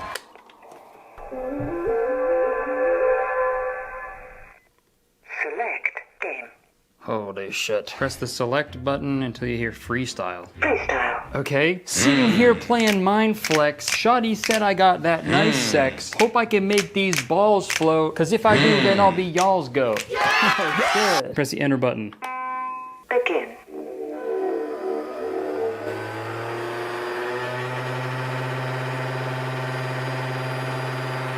Kill John Lennon. So I immediately tried concentrating to see if I could raise the little blue ball, and folks, I was flabbergasted. Oh my God. Sorry, I wojacked and it went down. Okay, sorry. I can't not wojack, dude. This is crazy, man. Sorry. Okay. Whoa. I know Mindflex isn't the most high-tech shit ever, but I truly did not think it was going to work so well immediately. I don't know why the hell dudes complain about blue balls. These things are awesome. Okay. This is actually fucking blowing my mind right now, dude. And then tried moving the ball around the track by cranking the little knob, and I was slowly getting the hang of raising and lowering the little blue ball. All right, I've noticed that, like, it's kind of like a nonchalant thing. Like, if you're, like, really locked in, it'll go up. But if you're just like, whatever, bro. starts to go down, right? So that's kind of this is a locked-in machine. I then tried putting the ball through one of the little hoops, and I was having some difficulty. Come on. But then I absolutely locked in. I was more locked in than the man in my basement right now. Somebody help me! Shut up down there! Holy shit! If I had this when I was a kid, fully would have been convinced I had superpowers. Even I know how it works. I'm a 31-year-old man, and a part of me is like, I think that was just all you. I don't know if there was actually any air coming out of this at all. As much as I would just love to play this forever by myself and just have that be the end of the video, the box says you can play with 4 players. And I feel like I'd be doing a disservice to you guys. I wouldn't be giving you guys a full review if I didn't play this with someone. I think I'm gonna invite my friend Jacob over to play this with him, and I am gonna create the most diabolical, impossible obstacle course. And we'll see which one of us completes it first. We'll see who has let's see whose mind is more flexible. And I'm gonna take this off. Forgot these were clipped to my ears. Oh, see if that left an indent on my forehead. Okay, only a huge one. Whoa, bro, it's a crater, man. Am I gonna be okay? I gotta go to the grocery store right now, man. I'm gonna walk in there and everyone's gonna be like, mind flex, huh? I remember my first time. I spent the next 10 minutes assembling the most diabolical, difficult, brain-busting obstacle course this world has ever seen. I didn't tell Jacob what my video was about, so he texted me and asked, what's the video? And I said, it's a surprise. All I can say is prepare to have your mind blown. I'm gonna suck your mind's penis. And the next day, Jacob showed up and he was a little confused by the mysterious object hidden underneath this tablecloth. Jacob. Kurtis. We've been friends for a long time, right? 10, 11 years now. Yeah. And I feel like, you know, since as long as we've known each other, I feel like we've always had this, you know, unspoken rivalry to see who's smarter, right? Right? Am I off kilter? Yes. Yes, you're off kilter. Oh. I mean, no. Okay. Yes. There you go again. Try to make me look like a fucking idiot with your photographic memory. Yeah. So I thought today would be pretty fun to finally put it to rest, to see who has the bigger brain. You must be talking about my cancer. Are you talking about the tumor in my head? I guess not. Maybe bigger was the wrong word. Underneath this tablecloth is something that will finally help us decide who between the two of us is smarter. So this is one of those gotcha moments, huh? No. You're gonna try and get me and make me look stupid on camera. No. I said prepare to have your mind blown. Okay.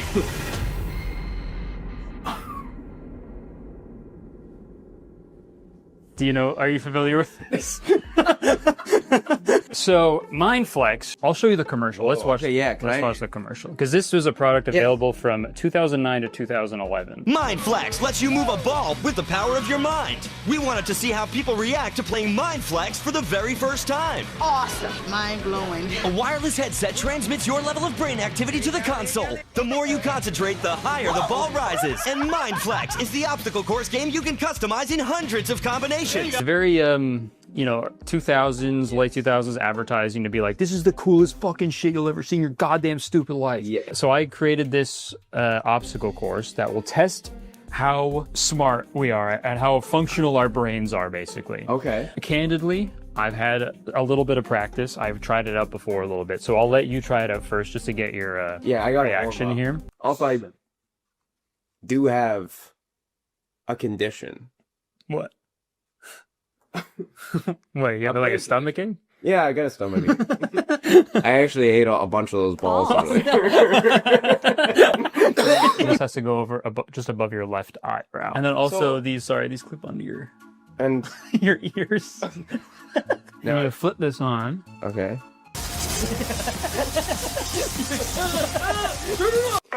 What exactly do I do? Oh yeah, I totally forgot to explain how it works. You've only just put this on my head and then turn that on. This is a fan right here. You control the power of the fan, like how powerful it is. Like if you really just concentrate on the ball like floating, it'll go higher. But then if you relax, then it goes lower. And that has to do with this. Yeah, that reads your brain signals. And this was popular. It was popular for maybe a year. I think I kind of remember seeing this. I began teaching Jacob the basics of Mindflex, and his first instinct to lower the ball was to just completely look away from Mindflex, and I thought that was super funny. Okay. All right, so what's your first impressions of Mindflex? Genuinely, no bit.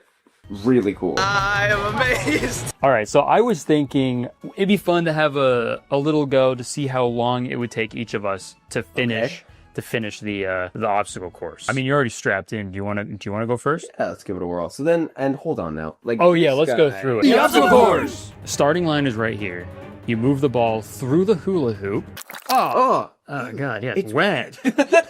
So you go through the little hula hoop, and then I think this one, it's kind of a free-for-all, but I think you can go either through that way or take it all the way up top shelf. Should we make that extra points? I think it was just a time thing that we're gonna do. I don't know if there's points, really. I'm gonna make that. For me... For you, okay, you'll get extra points if you do that, but next one probably will be the trickiest one, because you gotta go under, because if you go too high, the ball's gonna shoot you in the fucking face, get caught in your throat, you choke, I don't help, and you die.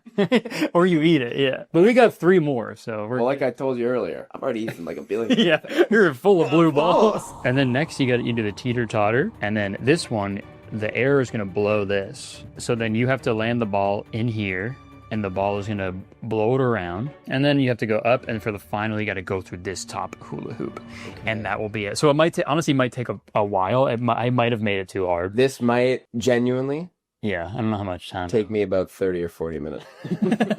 Are you ready? Yes, I'm ready. Okay. 3, 2, 1, go. He's thinking too much. He's having a little bit of trouble with the hula hoop. I gotta commentate. You don't have to. I have to. It's a gentleman's game. Don't. Okay, laughing is not good. It's not good for it? No, I guess not. It lost everything. Okay. Shut up. It's dragging me like fucking crazy. All right, he's through the first obstacle. Jacob was able to make it through the second obstacle pretty quickly, but this is when things got really difficult. This obstacle was insanely difficult because you have to keep the ball levitating as low as possible while rotating the fan really quickly, and if the ball gets too high, it shoots out of the funnel, and this was proving to be next to impossible. Fuck. I really thought I feel like this might be too hard. Is it impossible? Let's try taking that out and let's see. All right. So we removed the funnel obstacle because neither of us have a brain big enough to navigate the ball through all that bullshit. I reset Jacob's timer, and now he's at the teeter-totter, and he made it through that in no time. And then it was time for the second last obstacle. So what's supposed to happen is you land the ball in one of these holders, and you relax your mind so the fan gently blows the ball around to the other side. And this one might actually be more difficult than the funnel we just removed, so this one gave Jacob a really hard time. I'm not looking at it. What the hell? Oh, there you go. No. Oh my god. Okay, that actually might be impossible. No, it's not. I can do this. I'm not an idiot. And I've known Jacob for 11 years. I have never seen him more focused in my life. I'm almost drooling. Did I do it? And after a long and treacherous battle, Jacob finally made it through. And all he had to do was move the ball through one final hoop.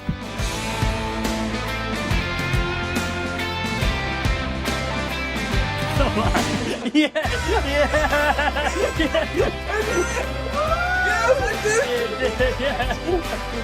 Holy shit. Okay, it took a few... That actually, genuinely one of the hardest things I've ever done. So yeah, what was my final time? 5 minutes, 54 seconds. I'd like to see you beat that. Is there a big... Oh yeah, that's a little side effect. Just tried the mind flex. I just tried the mind flex, went great. I strapped on the headset in preparation for my turn with the mind flex. And watching this back, I do feel really bad for putting Jacob through more head trauma by wearing that fucking tight-ass headband. Whoa, yeah. Owie. I've never actually looked more like I have a brain tumor than they now. 3, 2, 1... I was feeling really confident, but was immediately having issues with the first obstacle, which is like the easiest one, so things were not looking good. I forgot how fucking annoying this was. I made it through the second obstacle right around the same time Jacob made it through, so at this point, it was neck and neck. I don't know what was going on with my ball at this point though, but it was going back and forth like fucking crazy. There we go. Force choke it. Yeah. Okay, now I need to get it on one of these. And, buddy, good luck. I decided to use Jacob's technique of not paying attention at all to lower the ball, and it actually worked. Now I had to concentrate. Steady. Easy does it.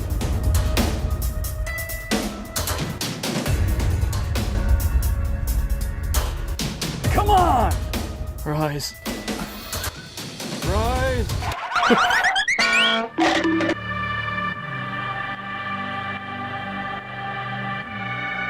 Oh! Oh my god!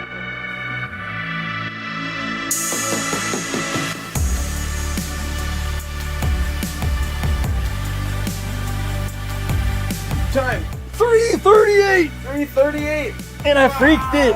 I played Mindflex with Jacob and I freaked it. I feel like I learned a lot of the technique here from you doing it though. Bring me into your house. You show me this futuristic game that I've never seen in my life. I think I kind of remember seeing this. Also, ow.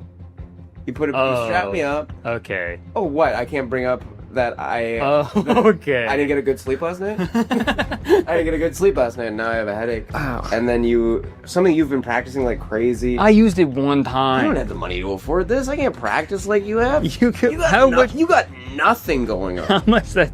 Okay, ow. How much money do you think this was? That's not a number. Pretty sure it might be.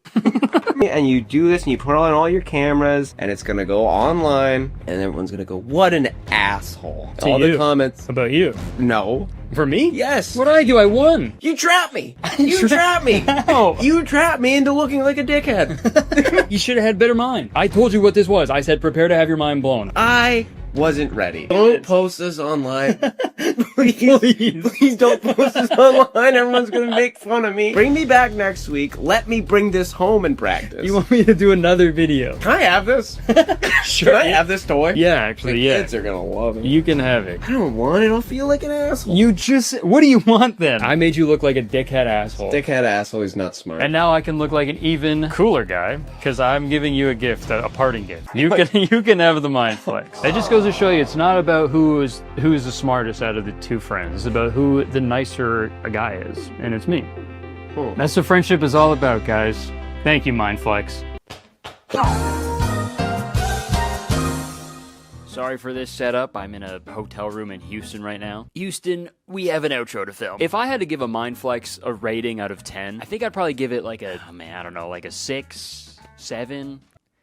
6, 7. Pushing 40, by the way. I think, honestly, I'd give it a 7. Mindflex is very fun when you first try it out because, obviously, it's your first time making a ball float with your mind. So the first time you do it, it's going to be exhilarating. But after that, it's just kind of like, there's not much else to do with it, really. Like, I don't know if there was ever a kid out there waiting for the bell to ring so he could run home and play with his Mindflex, And that's probably why there are so many Mindflexes available on eBay right now. The initial wow factor has subsided after 15 years, right? But I don't know, dude. Me and Jacob, we had a blast using Mindflex for that one time, okay? So I feel like it's worth it. If you've got like 30 to $100 to spend and you want to have a really good time with your buddy for an hour or two, I'd say buy a Mindflex and have a good time. But just make sure you see a psychiatrist beforehand and just make sure that you're all good mentally, because I promise nothing will prepare you for the sight of a foam ball quivering 5 inches above the game console. Alright, thanks so much for watching this fun little video. I hope you enjoyed it. If you did, please press the like button. Leave a comment. Let me know if you ever seen this Mindflex commercial, if you ever had one growing up. And also, I would love to do more fun, quick little videos like this where I try out these like old, weird products. So if you have any that you remember, comment them down below because I would love to do more of this because this is a lot of fun. And yeah, other than that, press the subscribe button. Come see my shows or whatever. That's it. I would stick around, but unfortunately, I have to go. I actually have a show in like an hour. So, see ya, folks! I'm very sorry, but I need to talk about AI. I'm friggin' ticked off. You can't do anything these days without encountering a company that's promoting its new pointless AI feature or some crappy looking AI generated artwork when they could have easily just paid an artist to make the exact same thing but way better. I'm looking at you, Tears for Fears. What the hell's going on? Tears for Fears still makes really good music, but seeing their AI generated cover art for their new single just broke my heart, man. Everybody Wants to Rule the World is one of the best songs of all time, arguably one of the best pieces of art of all time. So it is just truly baffling to me how a band that has been so artistically influential and iconic for so many years is forcing a computer to make an ugly, uninspired piece of art for their new song. It just doesn't make any sense. And especially when you consider the environmental impact AI image generation has on the planet, Tears for Fears kind of predicted their own future, dude. Now, AI has been a hot button topic for the past couple of years because of its exponential growth and just ease of accessibility to the technology. The new iOS has a bunch of AI tools built into it. You'll be able to create new emoji simply by typing a description. ChatGPT has over 200 million monthly users, and every company ever is feeling the pressure from the higher-ups, corporate bigwigs. They're feeling an immense amount of pressure to implement AI into their products or software. And people aren't too happy about this. The comment section of that Tears for Fears post was overwhelmingly negative. AI was one of the main points of protest for the recent writer's strike, and there was a South by Southwest crowds that were booing at every single screening because for some reason they kept playing this like weird pro-AI propaganda clip before all the films. The list goes on, and there's been many great videos covering artificial intelligence recently. Drew's video was awesome, Eddie's video was awesome. My video wasn't as good as those, but dude, 3 years ago, I made a video specifically about AI-generated art, and I remember being terrified of how good the technology was back then. But now it's like a million times worse. Or, I guess it's better now. It's better now, but it's worse. The better it gets, the worse it gets. Dude, even while I wrote this script to this video, the software I use just got a fucking AI tool out of nowhere. You can highlight text, and this AI button allows you to either summarize, fix typos, help me write, translate, or change the tone. And it's like, sure, obviously you don't have to use this tool, but like, just the existence of it is kind of a slap in the face, because that takes away all the enjoyable aspects of writing. Why have your own unique style or voice when you can just force a computer to make it super generic, right? That's fun. But that's the trend this past year. The year before that, it was NFTs, and now it's this. That's mine. But it seems like everywhere you look, every single company has some sort of AI feature that they're introducing to the public. And that's what I want to talk about today specifically. AI products. I have compiled a list of AI products that I think are dumb and pointless and stupid and also a little weird. And I thought it'd be fun if we went through all of them today and kind of just sort of made fun of them. We'll start with like the least stupid one, and we'll slowly work our way down until the final AI product, which is probably the dumbest shit I've ever seen in my life. So let's go! The first AI product we're gonna take a look at is the Glückskind AI stroller. Yes, you heard that correctly. This company created a stroller that's powered by AI that can actually drive itself. And you may be thinking, do we really need this? And the obvious answer to that question is yes, of course we do. This is awesome, okay? Why would you waste your time pushing your kid in a stroller when you could just have the stroller push itself, freeing you up to scroll on your awesome phone? I found a video of the two inventors of this AI stroller, and they're sort of like going through how the product works. So let's watch that. This is the Glückskind Ella. It's the smartest stroller in the world. It is powered by AI with computer vision with sensors all around it to give it a 360 safety bubble. Okay, so gonna be honest, when I first watched this video, I thought this was the dumbest fucking thing ever. Because why? You know, why would you need this? It's like super easy to push a stroller and also be cognizant of your surroundings at the same time. If you can't do that, maybe you shouldn't have had a kid, you know? But the main thing I'm concerned about, I would not trust an autopilot feature with a baby. There's been several instances with the Tesla autopilot causing crazy deadly crashes because the computer got confused by its surroundings, allegedly. So clearly that happens, right? So what if you're walking with the AI stroller and you walk by this like mural on the wall? There's a painting of a road on the wall, like in a fucking Looney Tunes episode. Dude, the stroller's gonna think that's a road. It's gonna fucking smash right into it, and that soft spot on your baby's head, it's gonna be even softer. So I thought this was not just stupid, but incredibly irresponsible and dangerous. But then I kept watching the video, and I found out that the stroller only drives itself when there isn't a baby inside of it. The smart stroller will only self-drive or operate hands-free when a baby or toddler is not present inside the stroller. Okay, so like that's safe and good, but like what the fuck is the point of this then? The only cool thing about the stroller is that it moves by itself, but you can't even use that feature when you're using the stroller as intended, right? Like when you're transporting a kid. I guess my opinion is a little skewed because I don't have any kids and I've never pushed a stroller in my life, but I have pushed several shopping carts in my life, and I assume it's the same thing. And when I don't want to push a shopping cart anymore, I usually push really, really hard and fast, and I run, and then I jump on the little back part and I ride it, and it's really fun. So why don't parents just do that shit? Parents, hop on your kids' strollers. It's fine. It'll be fine. And bro, for $4,000, I don't think it's worth it. I will say though, this is the least weird product out of all of them, because I do at least see the appeal with some of the features. One specifically, there's like a smart wheel feature that lets you easily like push it up and down hills. It's like motorized, so you don't have to push too hard. You can literally have fingers on to move like 100 pounds. It's just effortless. But like, just have that. You know, the self-driving thing is fucking stupid and pointless. They just had to do it. They just had to throw AI in there for no reason. Next up on our weird, pointless AI products list is the Swarovski Optic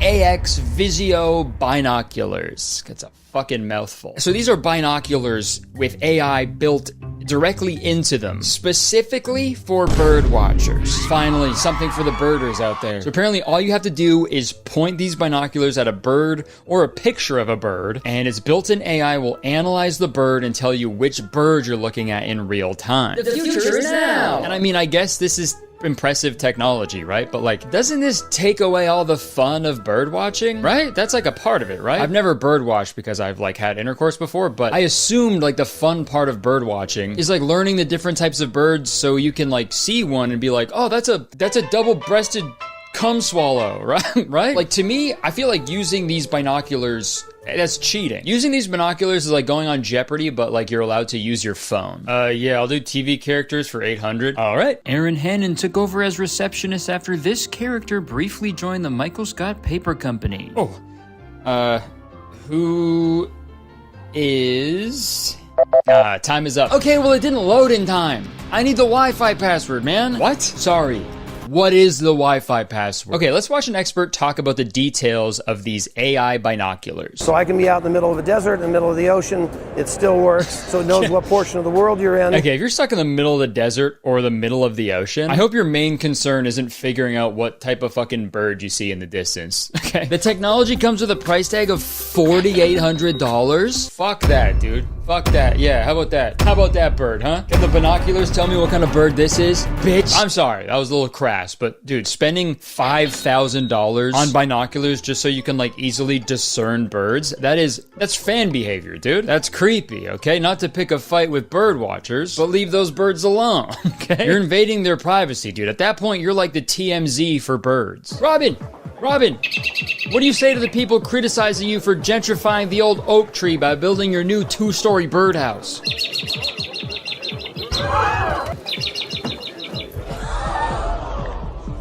I don't know if you're allowed to say that. And the next part of this video says that the company is planning to improve its current mammal identification mode. Wow. And mammal detection is pretty interesting. I think if they pointed those binoculars at me, it would say, go.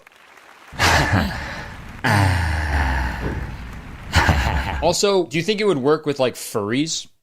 Like if you point those binoculars at a furry, would it just say wolf, or would it give you like the Twitter handle of that furry, right?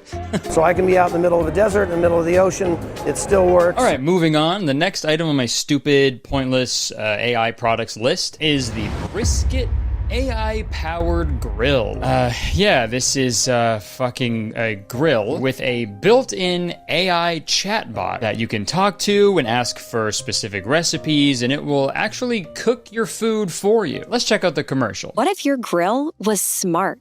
And we don't just mean it connects to Wi-Fi. What if your grill could think?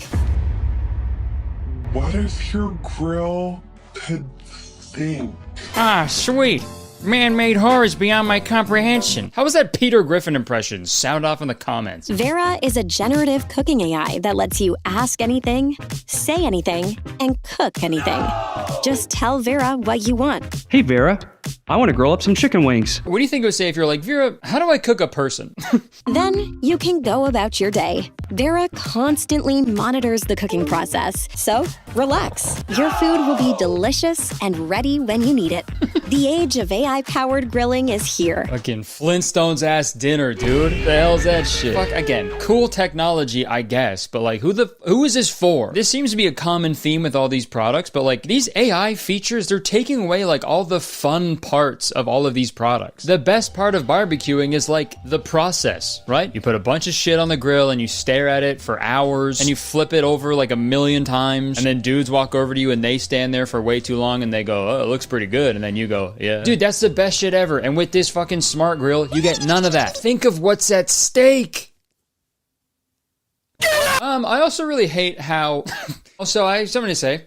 I really hate it how AI is making it so we don't have to do anything ever. Like, I'm all for making mundane things a little easier and less mundane. But like, how the fuck are people gonna learn anything if all of our shit has computers inside of them that does it for us, right? I fucking love cooking. It's one of my favorite things to do with my wife. And the best parts of cooking to me is like the trial and error aspect. The tactility, the creativity, and you get none of that with shit like this. And the thing is, like, you're not getting better at grilling if you use this AI grill all the time. Sure, maybe you'd memorize some of the recipes, but like, picture this. What if you went on like a boys trip or something? You're on a boys trip to like a cottage, and then all they had at this cottage was an old barbecue, and then all your boys are like, yo, cook up those barbecue ribs we had at your place the other week. Dude, you're screwed. You're fucking screwed. You have to go over to the grill, tail between your legs, and be like, can you hear me?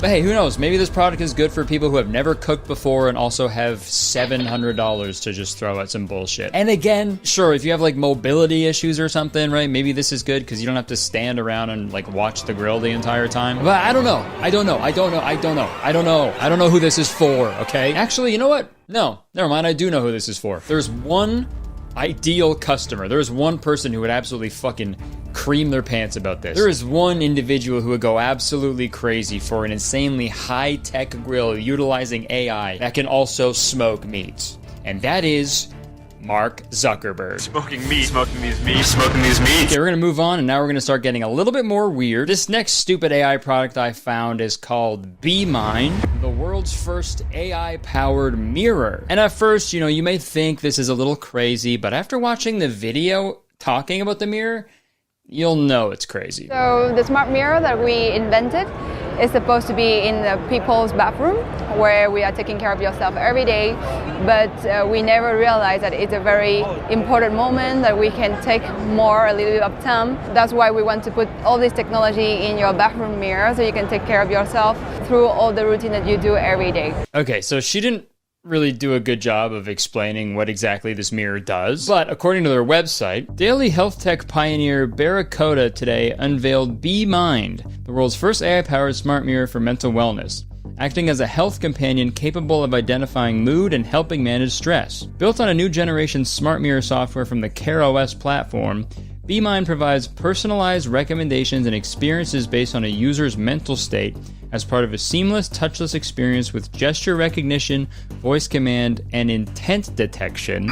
English, please. So this mirror can like analyze you as well as your mental state and then recommend things that you can do that will make you feel better somehow. Maybe like a guided meditation or a like calming video or something. This whole mirror is pretty much based around prioritizing your mental health and utilizing technology to make you feel better. And that's all well and good, but literally the very next part of the video shows the mirror giving a person a rating on their skin's redness, eye bags, oiliness, and dark spots. How the fuck does that help your mental health? I feel like that would do the opposite, man. I know I have eye bags when I look at myself in the mirror. I don't need a fucking computer to tell me that shit also. That would genuinely push me over the fucking line. I'd have a smashed mirror every morning. Like, why on earth would you want a mirror that's fucking mean to you every day? Morning mirror. Scanning face. Holy fuck! What the hell? God, you look like shit this morning. God damn it, dude. Okay, I had a bad sleep last night. Okay, well, I'm gonna have a bad sleep tonight after seeing your face. I'm gonna have fucking night terrors. You don't even sleep. Listen, aren't you supposed to like suggest a routine that's gonna help me? Yes, sorry. I'll suggest a routine. Checkup from a medical professional. Dude, you look sickly. Dude, don't cry. Your face is gonna get all puffy. It's like I'm a mirror. Oh, mommy was staring back at me. Oh. This is gonna ruin the video. And you're probably wondering how the mirror can tell how you're feeling. There's a camera in it. By using a high quality camera, we can just have a different data point from your skin color, the lighting, and the different zone of the face. Because that's what your bathroom is missing. A camera. What the fuck? That is quite literally the last place a camera should be. What is going on? How are you feeling today? I'm feeling great today. You seem to be in a fantastic mood, and your smile is utterly contagious. Your smile is utterly contagious. And also, look, I'm all for positive affirmations and shit, like, whatever, hell. But I fear using this mirror would have the opposite effect on me. You know, it would make me feel so much worse. Your smile is utterly contagious. Thanks, mirror. So for Tula it's very interesting to have weather in the morning, toothbrushing for the children, and also entertainment for the entire family, you know? Okay, so yeah, this is basically just a mirror with like a built-in screen, and those have existed for years in hotel rooms. But again, dude, every fucking company has to insert AI into their shit for no reason whatsoever. But then also we thought about a step further because we can use AI in our mirror. So why not interpreting what are you feeling so that you can have this experience of mindfulness inside of your bathroom. And this is the thing that doesn't make sense to me. She says the bathroom is like the one place you're by yourself and that your time in the bathroom alone is sacred. Because we all know that in the bathroom, you are by yourself, you are disconnected from the world, and then it's a perfect moment to have just 5 minutes of mindfulness. If that's true, why the fuck is there a chatbot watching every move and like dissecting every single pore on your face? Like, am I going crazy? Am I insane? Am I the weird one? Like, this doesn't make sense to me. I think whoever invented this needs to take a good, hard look at themselves in a real mirror. But we're gonna move on before I rip my own head off. We're gonna move on to the next stupid, pointless AI product, but we're gonna keep it in the bathroom for this next one. Next, we're gonna talk about the Numi 2.0 smart toilet powered by AI. Yes! Finally a computer in my shitter. Thank God. What a time to be alive, man. I've been saying that forever. I'm sick and tired of my toilet stinking. I want it to start thinking. So this toilet opens automatically when you walk towards it, and I'm sure that's not annoying at all. It also has heated seats, a built-in bidet, and it also closes and flushes by itself when you walk away. The black, Hone Black version will run a retail around $10,500. Yeah, my reaction exactly, dude. Literally, like quite literally flushing your money down the toilet. If you're the type of person to spend 10 grand on a toilet, I do not want to know what comes out of your ass. That toilet is for real shitters only. Okay? When I see stuff like this, it's like, not everything needs a computer in it. Especially not a toilet. Dude, if my toilet breaks down, I'm gonna call a plumber, not an IT guy. Call me crazy, I don't think toilets should run on Windows. If they did, they wouldn't have a start button, they would have a sharp button. Yeah, I don't know. I just think the smart toilet industry is something we should stop funding ASAP. Because what else could you add to this down the line? I can't imagine this getting any more advanced. It shouldn't. Like, are they gonna do like a Face ID type thing, but you gotta fucking show hole, right? Is it a Touch ID? You're gonna do Gooch ID? Huh? Or what? They're gonna make a toilet that scans your shit and gives you recommendations on how to be like more regular? Just kidding, they're already making that. Smart toilet uses artificial intelligence to monitor bowel health. An artificial intelligence tool being developed by Duke Science. Come on.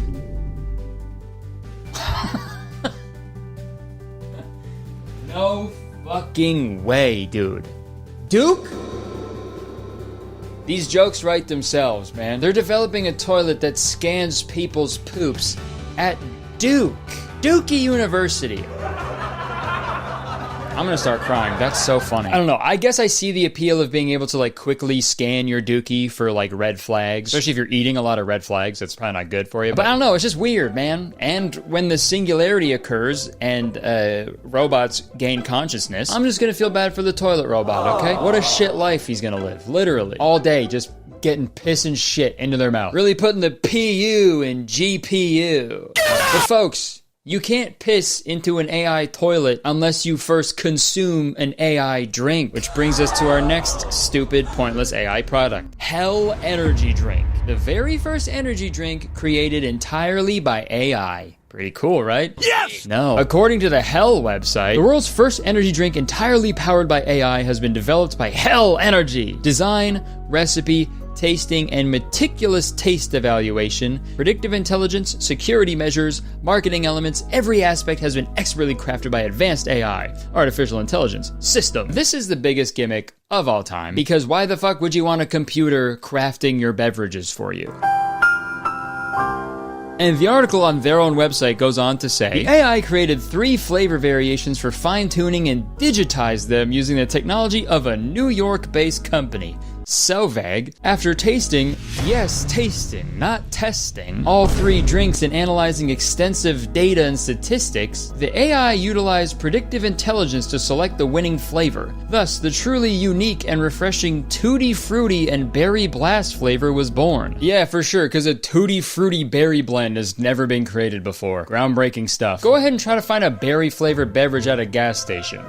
Oh, wait. Oh, what's that? You found one before I finished talking? Okay, got it. Also, what the fuck do you mean the AI tasted it? Yes, tasting, not testing. What does this computer look like if it can taste stuff? I'm just picturing like a regular desktop computer with like a big fucking tongue on it or something. No, they made the freaky computer. Computer's too freaky. Or maybe they just poured the energy drink on like a regular computer and they were like, the computer liked this flavor so much it exploded with excitement. And I was also gonna make a comment about how ugly the branding is and how ugly the can looks because it was made by AI, but then I thought about it, and literally every energy drink can is like the ugliest thing on the planet, so it's not really a fair criticism. And I tried to find a can of this like for this video, but I really cannot find one. It's mostly over in like the UK and stuff. And I also don't want to financially support bullshit like this, but I did find a video of a British guy reviewing it. This is their new AI version. This might taste like Satan's arsehole. Just tastes fruity. It shows that AI hasn't got a fucking clue. Not a clue, mate. You know you've got a stinker of a product on your hands when even a British dude doesn't like the taste of it? Oh, whoa. Yeah, mate, I'll eat blood pudding and haggis and jellied eels, but this AI drink is bollocks. Sorry, British people, that was in bad taste.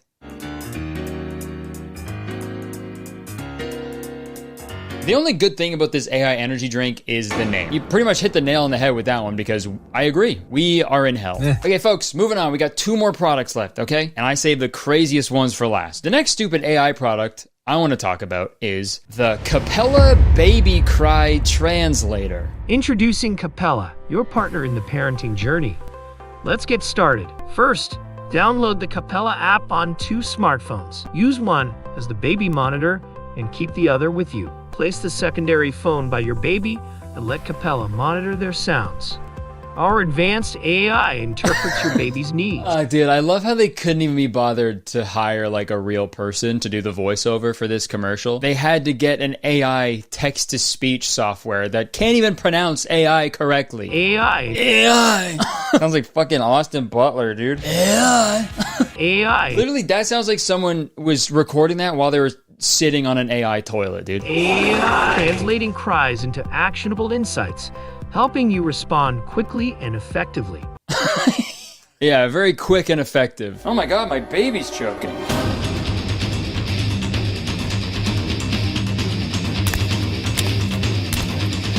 Receive instant alerts for crying. Are you kidding me?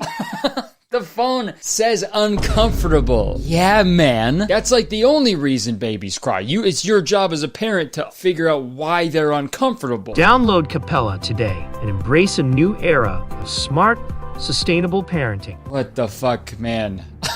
This is such a waste of time and effort and resources, because there's no way this fucking works. And it's frustrating because there's like tons of smart people who are probably like working on this day in and day out when they could be developing something useful, like furry detection for binoculars, right? I'm not a parent and I never will be, but what is apparent is this is fucking stupid. If you need an app to tell you when to parent your kid, don't have one. Do not have a child. And also, like, you're just gonna blindly believe everything the app tells you? Because as far as I'm concerned, babies don't cry differently when they want certain things, right? They just fucking cry. And what if the app is wrong?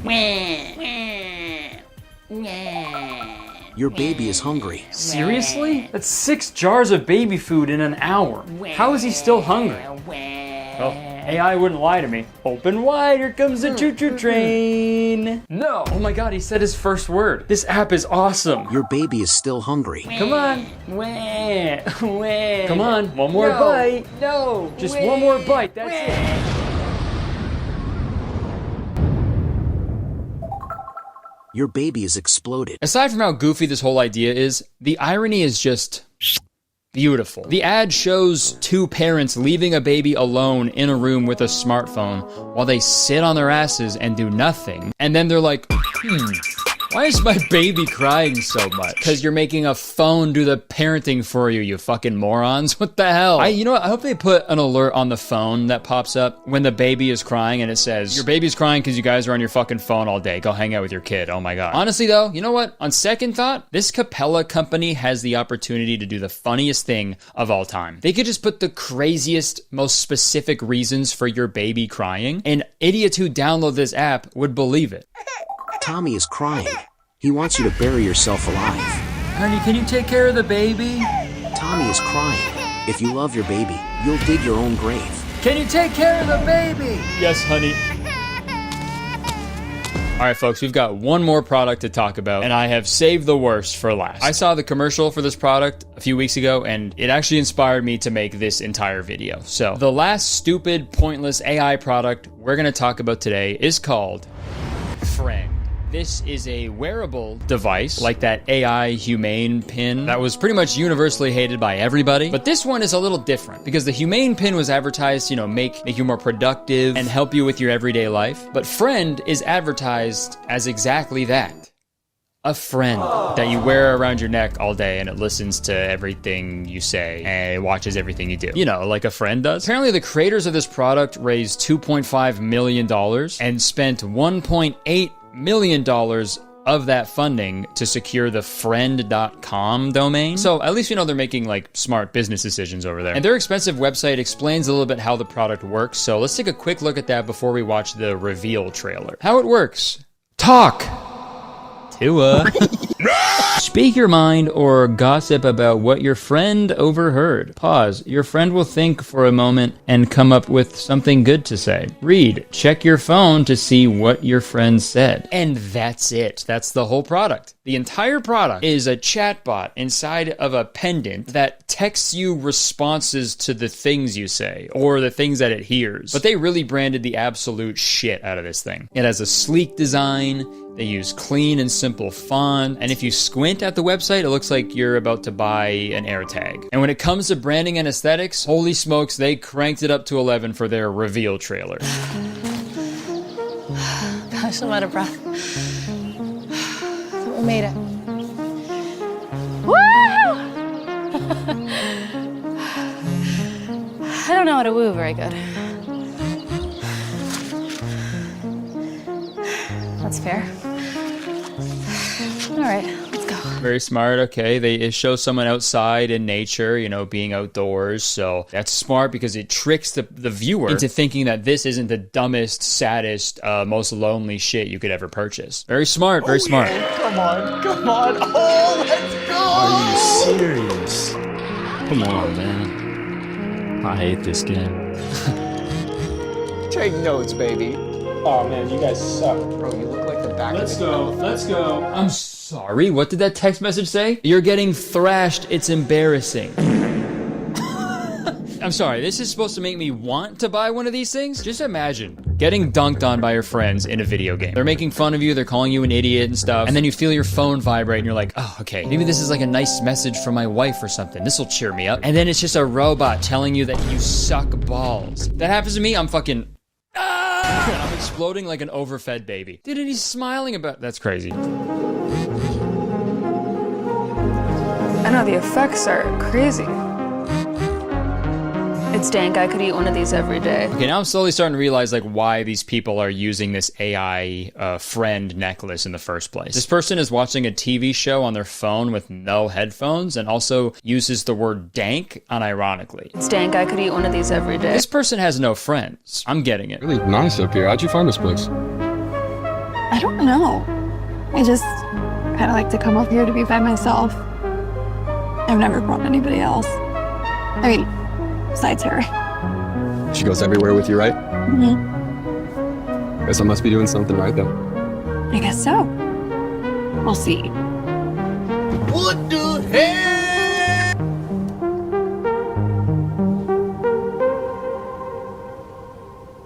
I'm so confused. How is this commercial supposed to sell any of these? This was like a Black Mirror episode, dude. And like in the commercial, every interaction with it is like weird and uncomfortable, and the only person who doesn't have one is like immediately weirded out by it. And I'm confused how the product actually works. It shows the people press a button on their friend to activate it so they can talk to it, but also sometimes the AI friend just sends them texts unprompted. So like, what is this thing? What the fuck? You have to press the button to talk to it unless you're fucking dog shit at video games? Unless you're a noob at video games, then it has to fucking tell you that you suck. The fuck you say to me, you little shit? So I'm sorry, but I also don't understand the ending of this commercial where she goes to like press the friend button, but then she stops herself. To me, how I interpreted that was her being like, oh, wait, no, I'm talking to a person is like way better than this stupid thing on my around my neck. Why the fuck would I do this? I'm weird now. I'm a weird person for doing this. I see the error of my ways. That's how I interpret it, but that doesn't make sense if it's a commercial trying to sell these, right? I don't get it. Excuse me, I don't get it. And on the FAQ on this website, it says the AI friend is always listening. When connected via Bluetooth, your friend is always listening and forming their own internal thoughts. We have given your friend free will for when they decide to reach out to you. Bad. Hey, that's bad. That's bad. Let's not do that ever. That is a nightmare. A robot that can just chime in at any point and is always listening. Imagine you're like in a fight with your significant other and halfway you get like a text from your fucking AI friend and it's like, damn, you're a shitty fucking boyfriend, dude, right? Or like, dude, imagine the opposite. Imagine you're like, you know, getting it on with your significant other and then halfway through, you know, your AI friend maybe is on like your nightstand or something and halfway through you get a text that's like, wow, I bet that feels awesome. That would totally ruin the mood, right? Or no, maybe you get sent a URL link to this video. Nice cock. I don't know, man. I feel like as time goes on, more and more things like this are just fucking demanding our attention. And these fucking weird AI wearables, they're only gonna become more popular, unfortunately. And I urge you all to really take the time and think. Before you buy one of these, just really think about how stupid you look. You're gonna look so dumb. This is lame and embarrassing. I'd rather have 0 friends than talk to a fucking necklace. And also, hey, every company ever, can we just be alone with our thoughts for once? Please? Are we not allowed to just go on a hike without telling a weird little robot about it? Can I watch a movie without Letterboxd being like, tell people what you thought about it? Can I play video games with my friends without a chatbot telling me to kill myself? Like, what's going on? I don't know. In conclusion, after learning about all of these products, I'm convinced even more than I was before that we do not need AI. This stuff isn't making our lives any easier. It's just making them weirder. It just feels gross. And as AI becomes more and more prevalent with each passing day, I feel like we're gonna start missing out on like the best part of being a human being. Making mistakes. That's like the most important part of the human experience. Fucking up, doing something stupid, and then you go, oh, got it. Not gonna do that again. Cause sure, I'm sure pushing a stroller every day is annoying and difficult, but you're gonna look back on those days when your kid is all grown up and you're gonna feel foolish for ever complaining. And yeah, maybe you will identify a bird incorrectly one day with your bird watching friends. And maybe they'll tease you for it, but hey, maybe that'll become an inside joke between all of you for the rest of your lives. And maybe one day you'll cook a rack of ribs like way longer than you were supposed to, but you'll actually end up loving that charred taste that it acquired. Who knows? And you may look in the mirror and notice a bunch of things about yourself yourself that you hate. And I know it's annoying to, physically flush the toilet every time you take a poo, but sometimes those automatic toilets flush before you get the opportunity to take a picture of your huge disgusting shit so you can send to your buddies and laugh about it. And I know that energy drinks crafted by humans make your heart want to explode, but that's better than your baby exploding after feeding it too much because an app told you your baby was hungry when you really just wanted to go to bed. And of course, a baby crying all the time is frustrating and confusing, but trying and failing and learning is how you become a better parent, I'd assume. I don't know. And for God's sakes, I know life can be lonely sometimes, but becoming friends with a chat bot that you wear around your neck is not the answer, I promise you that. Let's all agree right now, okay? Let's not do that, please, ever. Let's not do that. All I'm saying is it's human nature to fuck up and learn from our mistakes. I just hope we all realize sooner rather than later that all this AI shit was also a huge mistake of ours, and we can learn from it and never do it again. And we can go back to typos in our emails and accidentally confusing female rose-breasted grosbeaks with female purple finches.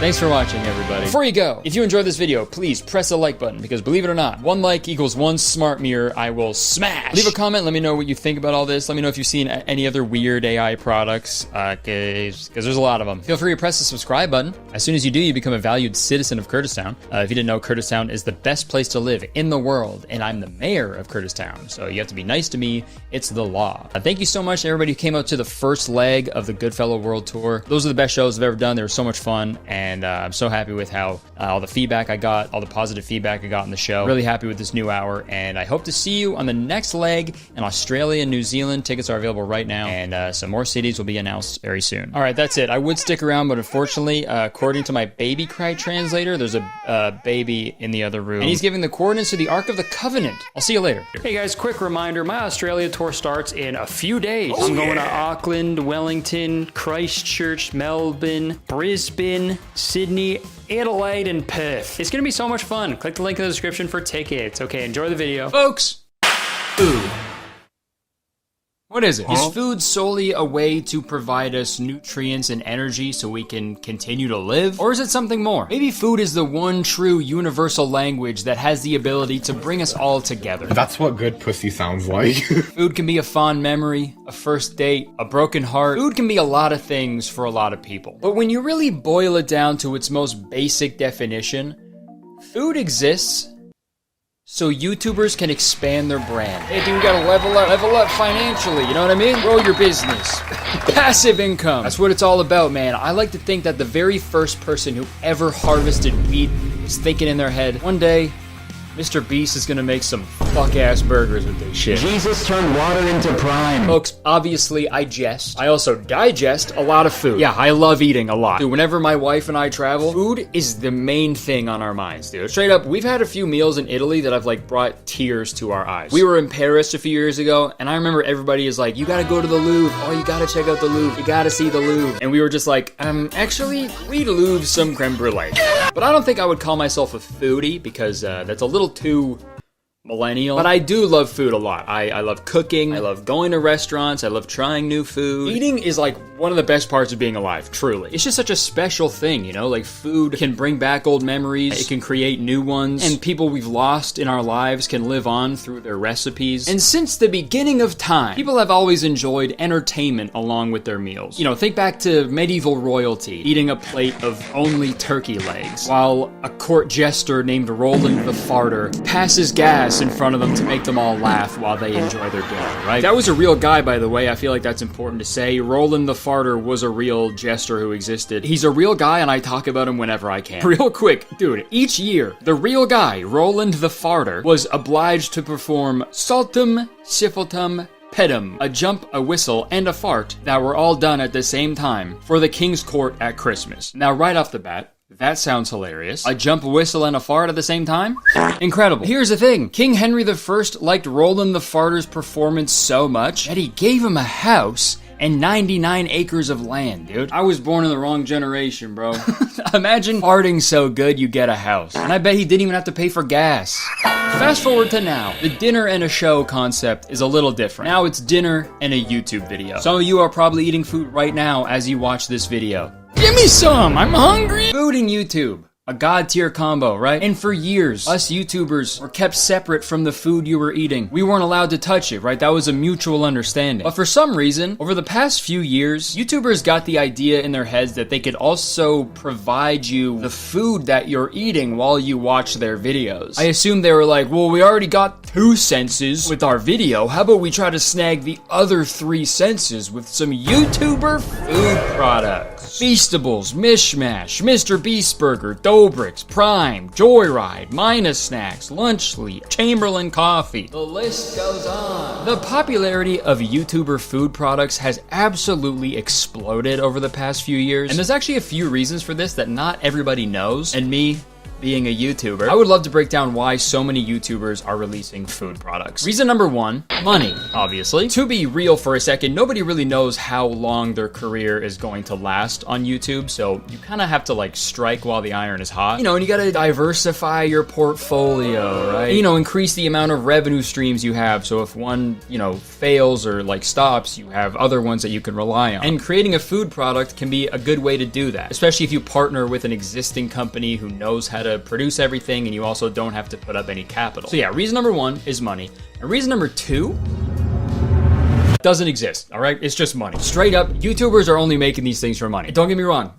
That's fine. You can start a business to make money. That's, you know, probably the number 1 reason why people start businesses. I don't know everybody. I don't know the story behind everything. So I don't want to make the claim that every single one of these YouTubers aren't passionate about the food products they're putting out. But like, what the fuck does the D'Amelio family know about popcorn? You know what I mean? And I don't think Mr. Beast, the guy who only talks about money and all of his content is about money, created Feastables because of his passion for chocolate bars. If he was really passionate about chocolate bars, he probably would have made a chocolate bar that doesn't taste like dog shit. Sorry, I'm showing my hand already. Realistically, I can only assume that the overall plan with these YouTuber food products is to leverage their existing audience, to have a leg up on the other products, and then, you know, slowly grow that brand and business over time so they can ultimately sell it to fucking Nestle in a few years for millions of dollars. And don't get me wrong, half of me is like really supportive of YouTubers creating their own product, disrupting industries that they're aligned with, you know, and creating a product that can live on and provide for them and their families as they grow up and maybe move away from YouTube. That's good. That's all great. But the cynical half of me is like,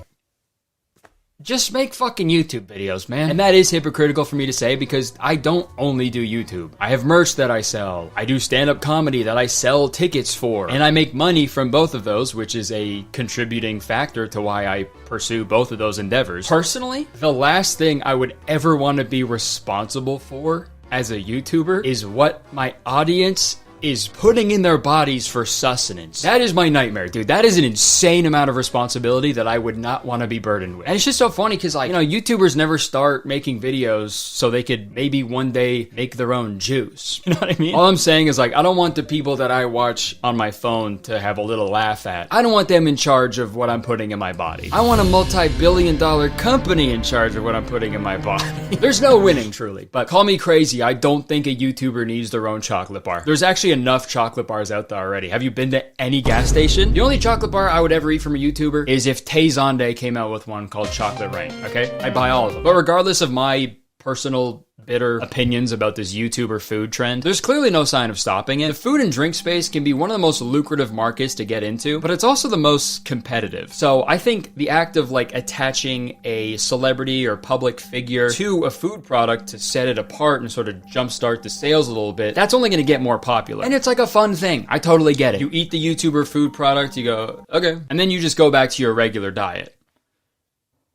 But what if you couldn't go back to your regular diet? What would life be like if you were only allowed to eat food products made by YouTubers? I think we should find out. That's right, folks. This week, any food or water that I put in my body is strictly gonna be made by YouTubers. I have gone to great lengths to secure a wide variety of YouTuber food products over the past few weeks, and I want to see what strictly consuming food products made by YouTubers does to the human body.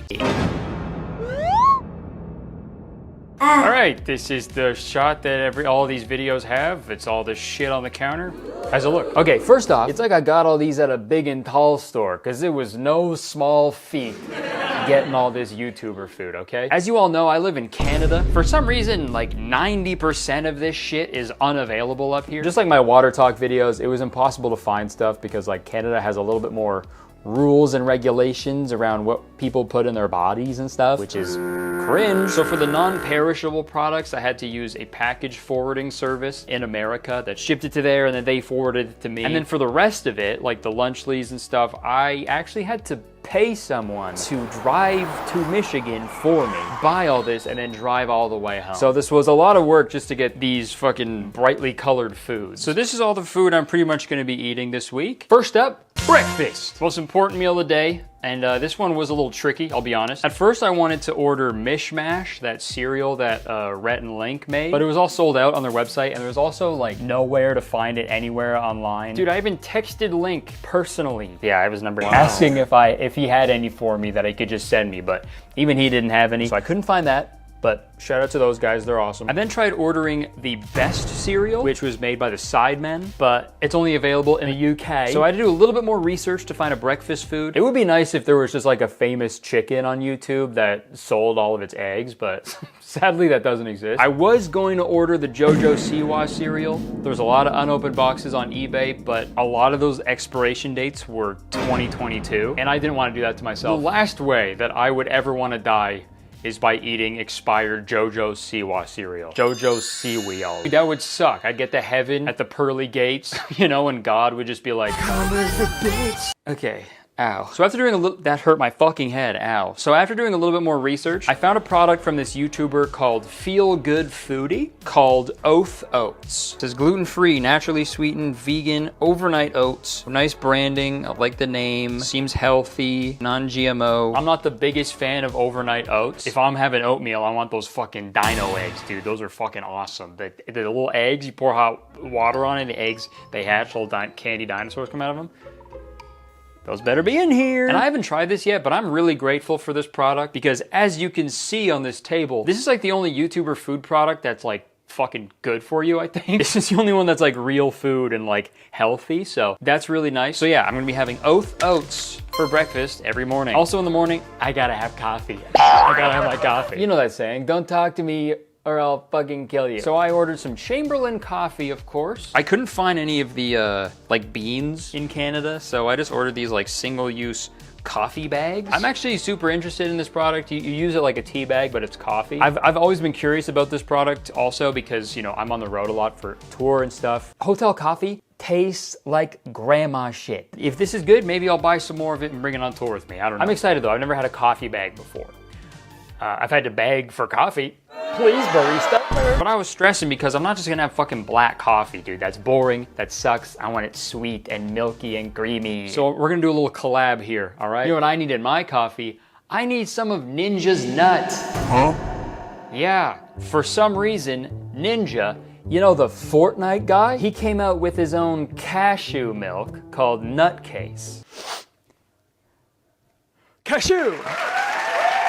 Yeah, I don't know what cashew milk has to do with Fortnite and streaming, but Ninja, my man, you had the perfect opportunity for a food product on a silver platter. I'd like to remind you all of my favorite tweet of all time. I'm in the middle of carrying a League of Legends game, about to close it out, and my braless wife brings me a sandwich, not asked for, with chips as I get a double kill bot lane. So how is your day going? Bro.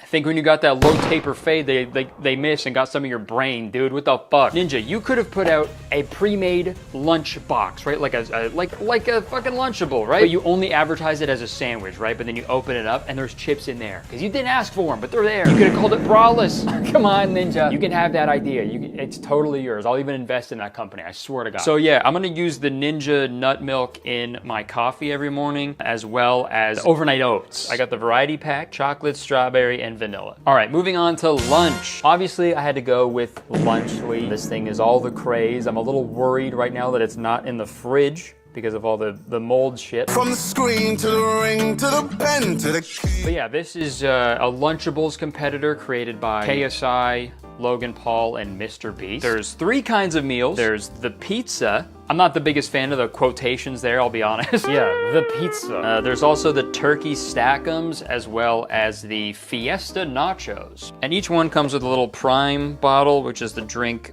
that KSI and Logan Paul make. And then also, it comes with a little Feastables bar, which is Mr. Beast's chocolate bar. So yeah, I'm gonna have Lunchly every day for lunch for the next 7 days. And can't wait. And for snacks, we've got a lot of snacks, okay? Because for some reason, YouTuber food, mostly snacks. When's the fucking produce coming out, guys? Do I have to do it? Am I gonna be the guy that's gonna come out with produce? All right, so I got these Mina snacks, Midnight Mini Cookies from Pokimane. And then I got these Joyride sour candy strips from Ryan Trahan. This is actually the only YouTuber food product from someone I know, or someone I've met personally, and I would consider myself on good terms with. So I hope that's good, because I don't want to burn any bridges. I also got some full-sized Feastable bars, lucky me. And then I also got some Be Happy popcorn from the D'Amelios. Also, isn't Be Happy the name of that fucking song from the D'Amelios?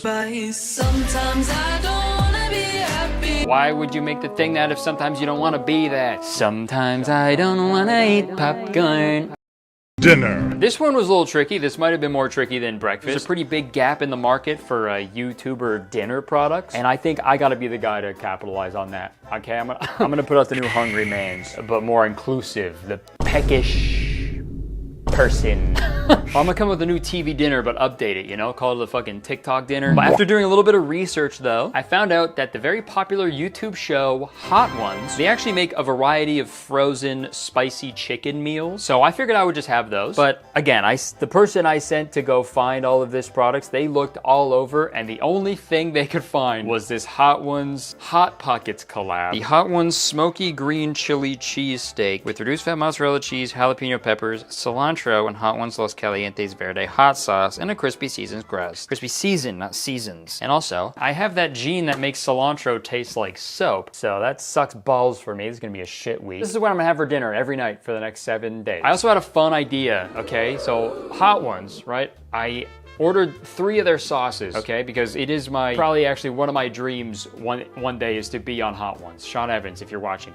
I've been a fan since like the beginning, season 1, bro, come on. Okay, but I got 3 sauces. I got the garlic Fresno, which is the not too spicy one, the Los Calientes, which is the middle one, and then the last dab. So I figured I would put those hot sauces on the Hot Ones, and then I'd gradually increase into the last dab on the final day. You know, just like my own Hot Ones, okay? Because you gotta dress for the job you want, not the hot sauce you have. And lastly, which is not a Lunchly spinoff, lastly, let's go through the miscellaneous items, the beverages and stuff. So I got this Pizzafy stuff made by Arak. Apparently you just like squeeze this onto food and it pizzafies and it just makes it taste like pizza. And I'm really curious to try this later because I don't know if I believe it. Okay, because you know, if you put ketchup on something, it's gonna taste like ketchup, right? If you put pizza sauce on something, it's gonna taste like pizza, but well, we'll see. I also got some full-sized Prime drinks. That's gonna suck. I've had one before, sweetest thing I've ever had. I got some Prime hydration packs so I can have my water of the day, right? Water talk it up. And I also got a bunch of Happy Dad seltzers if I plan on getting drunk, which I probably will. Why do they sell alcohol this big? Almost a liter, bro. Get fucking blackout after this one thing. So that's everything that I'll be eating this week. I figured, you know, I'm definitely gonna go more into detail and, you know, review these products as we go. And then I think I'll update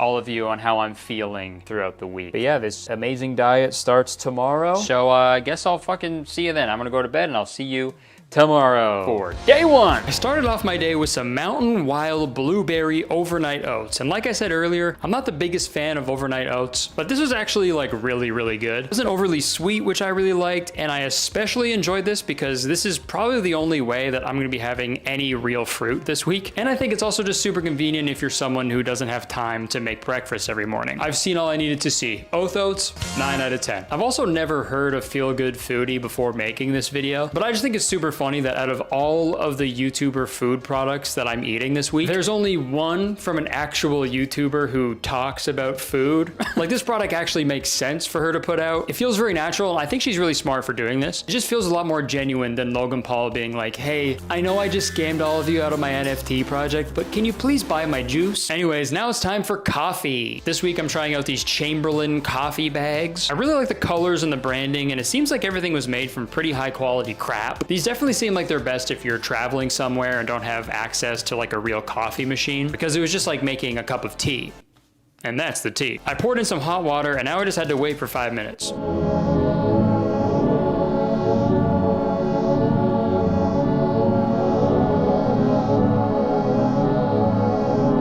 When the 5 minutes was up, I went to the fridge to grab a can of Nutcase to put in my Chamberlain coffee. On any other day, I would usually put cream in my coffee, but that is not allowed. And real quick, the Nutcase website describes Nutcase as nostalgia in a sexy, slim can. Kinda like Nesquik, but designed and refined for adults. Made with clean, real ingredients, grown up and guilt-free. And I may be wrong here, but aren't Ninjas fans like all little kids? Hi Zach, I heard that you are turning 9 today, so I just wanted to wish you a very happy birthday, and I hope you have an awesome Ninja/Fortnite themed birthday party. They don't want this shit, man. They want real chocolate milk from a braless cow. I also don't think I would describe the can as sexy, because it's the shape of every other can in the world. Nostalgia in a hot, fuckable can. I stay getting my wiener trapped in this thing. Ouch! But these are apparently plant-based. They're good for recovery after a visit to Tilted Towers. They've got potassium and they're naturally sweetened. I'm just not the biggest fan of cashews, so I hope this doesn't contain any cashews. Oh no, fuck! I tried out the vanilla flavor first and it didn't taste bad or anything, but it definitely had like an interesting flavor. This shit was straight up perplexing me, dude. Poured it into my Chamberlain coffee and I forgot to record myself actually drinking it on this day, but it tasted fine. Tasted like fucking coffee, I don't know. I think the Chamberlain coffee bags, they kind of taste like just a slightly upgraded version of instant coffee. And for 10 coffee bags, it costs around $20 American. So it's basically like $2 per single use bag, which is a little steep for making coffee at home. But for like traveling or camping especially, the coffee bags are worth it, I think. I've never gone camping and I never will, but I can assume. And a few hours later, it was time for lunch.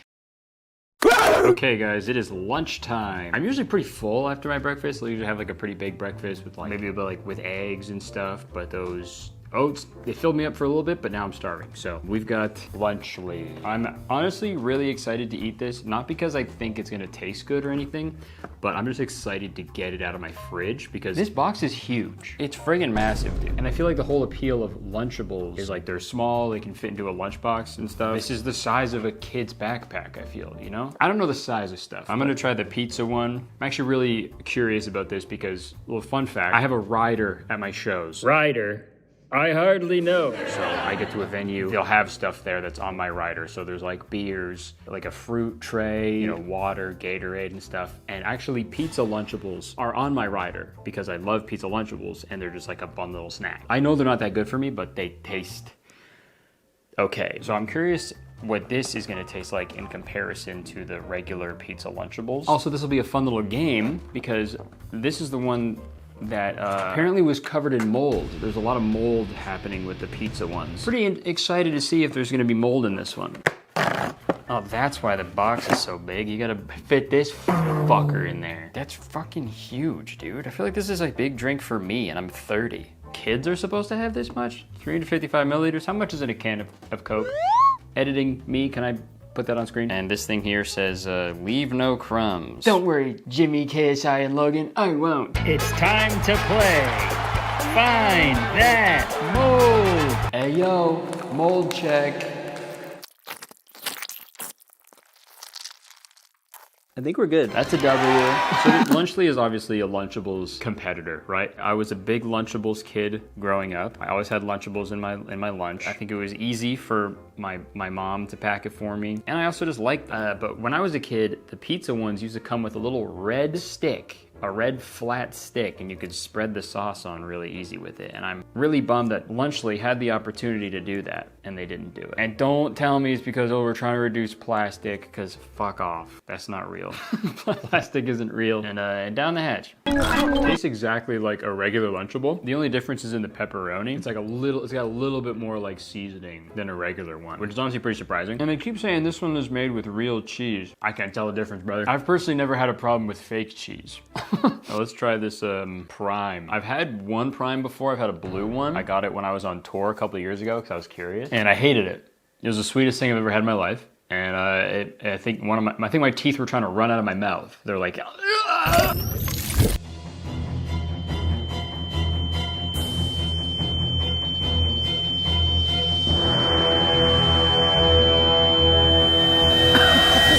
not for me. How many calories in there? 360. Ooh, that's pretty brat. Yeah, 360. When having lunch, I was having lunch. I'm just kidding. This is not brat. This is not giving brat. And I used most of the cheese on the first one. Not a good amount of cheese, I'll say that. I'd rather have the right amount of fake cheese than not enough real cheese. And that's the realest shit I've ever said. Let's do this final pizza and then... I get to have my dessert. I got a lot of extra sauce too. And we don't waste food around these parts, man.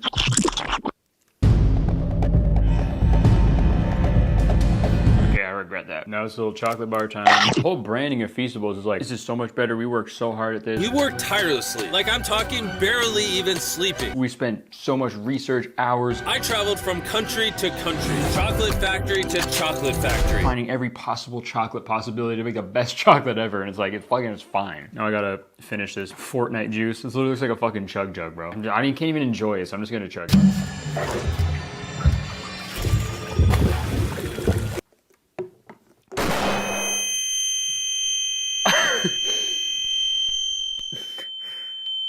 Ow. Brain freeze. Oh, I feel like KSI in the thick of it video. I'm in the thick of it, everybody knows. I'm not hungry anymore, so I guess that's good. It did the thing that it's supposed to do.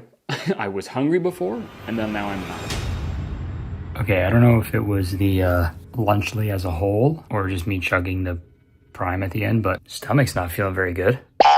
Like, I feel like I got more tired after I ate that, which is not ideal. Who knows? Maybe that was something else. Maybe that was New Year's nut. Later on in the evening, I decided to try the Joyride Sour Blue Raspberry Strips from Ryan Trahan. Again, I don't know what sour strips have to do with his videos, but his content, it's very fun. It's really engaging. It's really bright and colorful, right? And I think the branding of this candy reflects that really well. I was pretty skeptical of these because it says it has 80% less sugar than regular sour strips, and those are like my favorite candy. I think I like them so much because there is so much sugar on them, so I was nervous, but I was actually pleasantly surprised by these. There's like a hint of that health food flavor in them, but they taste really fucking good, and I could not stop eating them if I'm being honest. The only thing I will complain about is the packaging. All the strips were like stuck together, and it was really hard to peel off, so I ended up getting a bunch of sugar dust all over my counter and my floor, and there's no way to close the bag after, so there's no fucking zip top, which is devastating. So I just had to put them in like my own Ziploc baggie. Other than that, pretty fucking good, okay? I'm gonna give Joyride the sour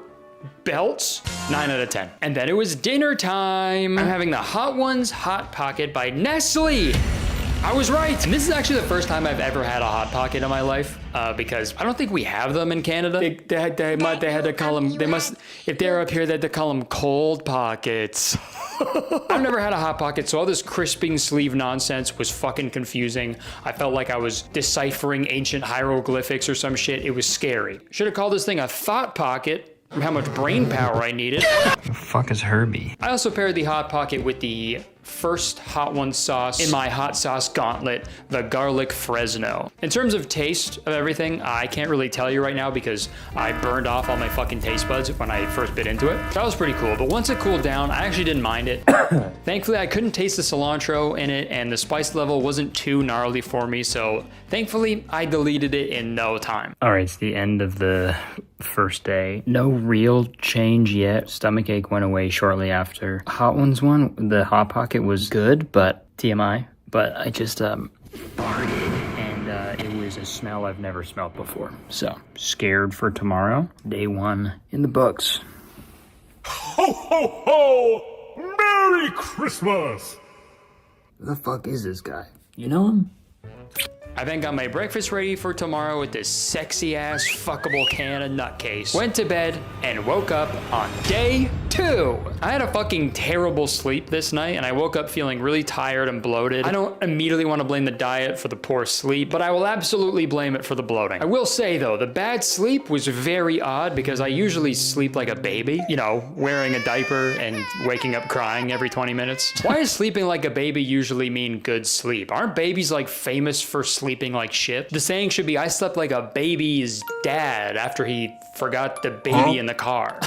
Anyways, I tried the maple roasted almond oath flavor, and this one wasn't as good as the blueberry one, but it was still okay. It would probably be better in normal circumstances, but my milk situation was complicating things a bit. So thick. Usual oatmeal is pretty easy to eat, but with Ninja's nut, it's like really thick. Ninja's got a thick stream. Thick nut, dude. Oh my god. This shit just fucking double pumped my fucking stomach. I then made my Chamberlain coffee. I decided on the Careless Cat blend for this day, even though they all taste the fucking exact same. Maybe my palate isn't developed enough, but I feel like 99% of coffee tastes the exact fucking same. And I'm tired of pretending like it doesn't. I always hated that part of my job when I worked at Starbucks. People would come in and ask me like to describe what the different roasts taste like, and it's like, brother, it all tastes the same coming out. And this afternoon was really interesting because I was getting some work done up in my office, and I suddenly got like a really sharp pain, like right where my heart is. And for a few seconds, I genuinely thought I was gonna die. But then like 5 seconds later, it went away, and I never experienced it since. So who knows what that was, but it feels important for me to relay that information to you guys. But there's only one cure to a little heart attack: a little lunchly. Another day. Another lunchly. I hope this GoPro is working. this is the first time using it. It's kind of matching my table really well too. Fiesta nachos. Nacho chips with queso blanco and salsa with primogeation strawberry banana. Ooh, everyone loves banana juice. A nice, refreshing banana juice. Now you get a good idea of how big these friggin' things are, dude. Strawberry banana. Okay, let's give it a try.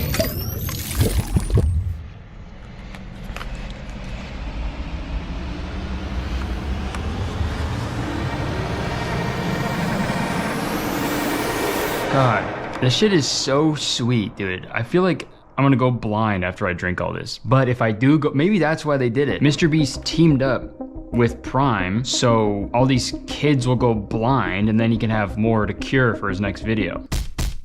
1000 IQ, Jimmy. So we've got the salsa here and this queso blanco. Bunch of sauce. Okay, so we got these tiny ass chips here. This! What is that? I gotta test out the cheese because, you know, I don't know if you guys know this, but I like my cheese drippy, bro. I like my cheese drippy, bro. I like my cheese drippy, bro. Doesn't seem very drippy, but it kind of tastes like the Tostitos queso.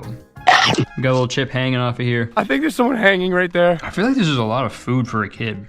How much food do kids eat? Especially this, bro. You couldn't have made a smaller one? It actually is so like a YouTuber, like Mr. Beast, KSI, Logan Paul, to make the biggest fucking shit. And this does not need to be this big. They're kids, man. But YouTubers gotta be like, oh, I made the biggest lunchbox you've ever fucking seen. Would I go out and buy this? Would I recommend you buying it for your kids?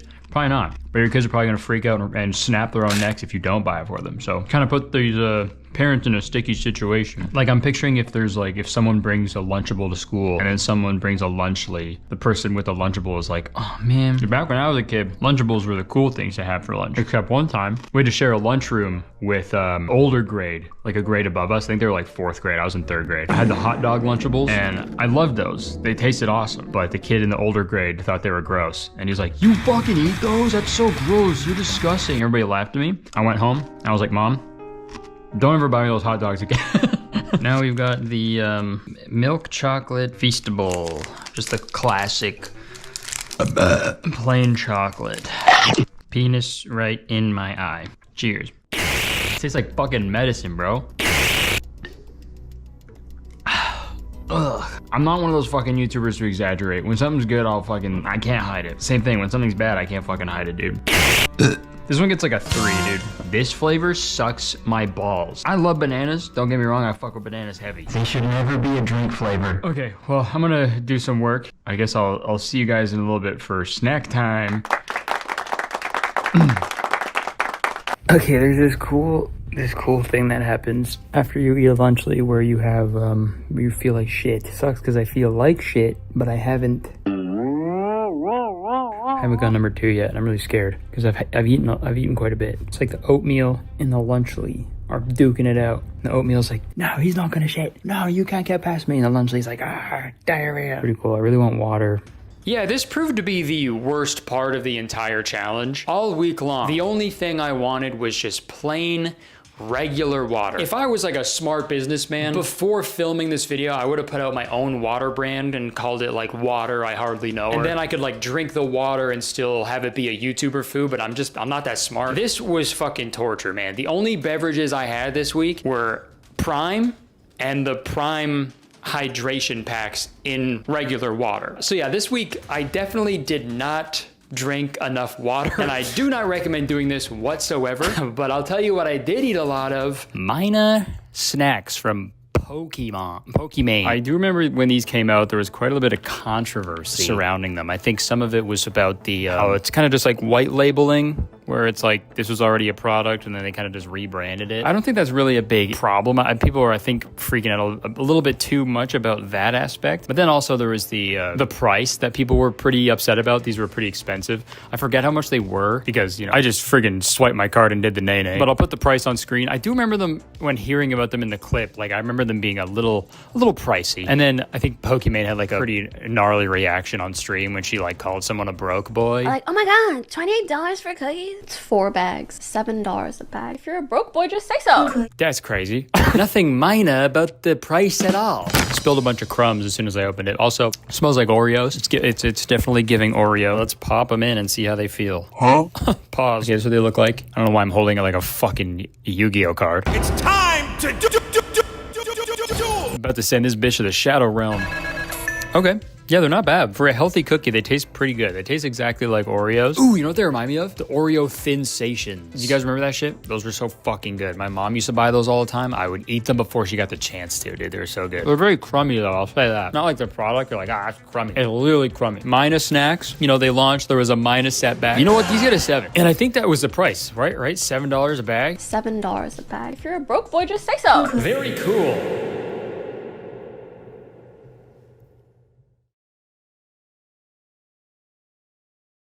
I'm so thirsty. And to quench my thirst, I have a big jug of water that I am going to absolutely eviscerate with some lemon lime prime hydration powder. I said this in my water talk video, but I'm a huge fan of the Liquid IV product. I have it pretty regularly, like especially when I'm hungover or if I'm like touring. It tastes really good, and I find that it actually like helps a lot with hydration. So I assume the prime hydration packs would be just like Liquid IV.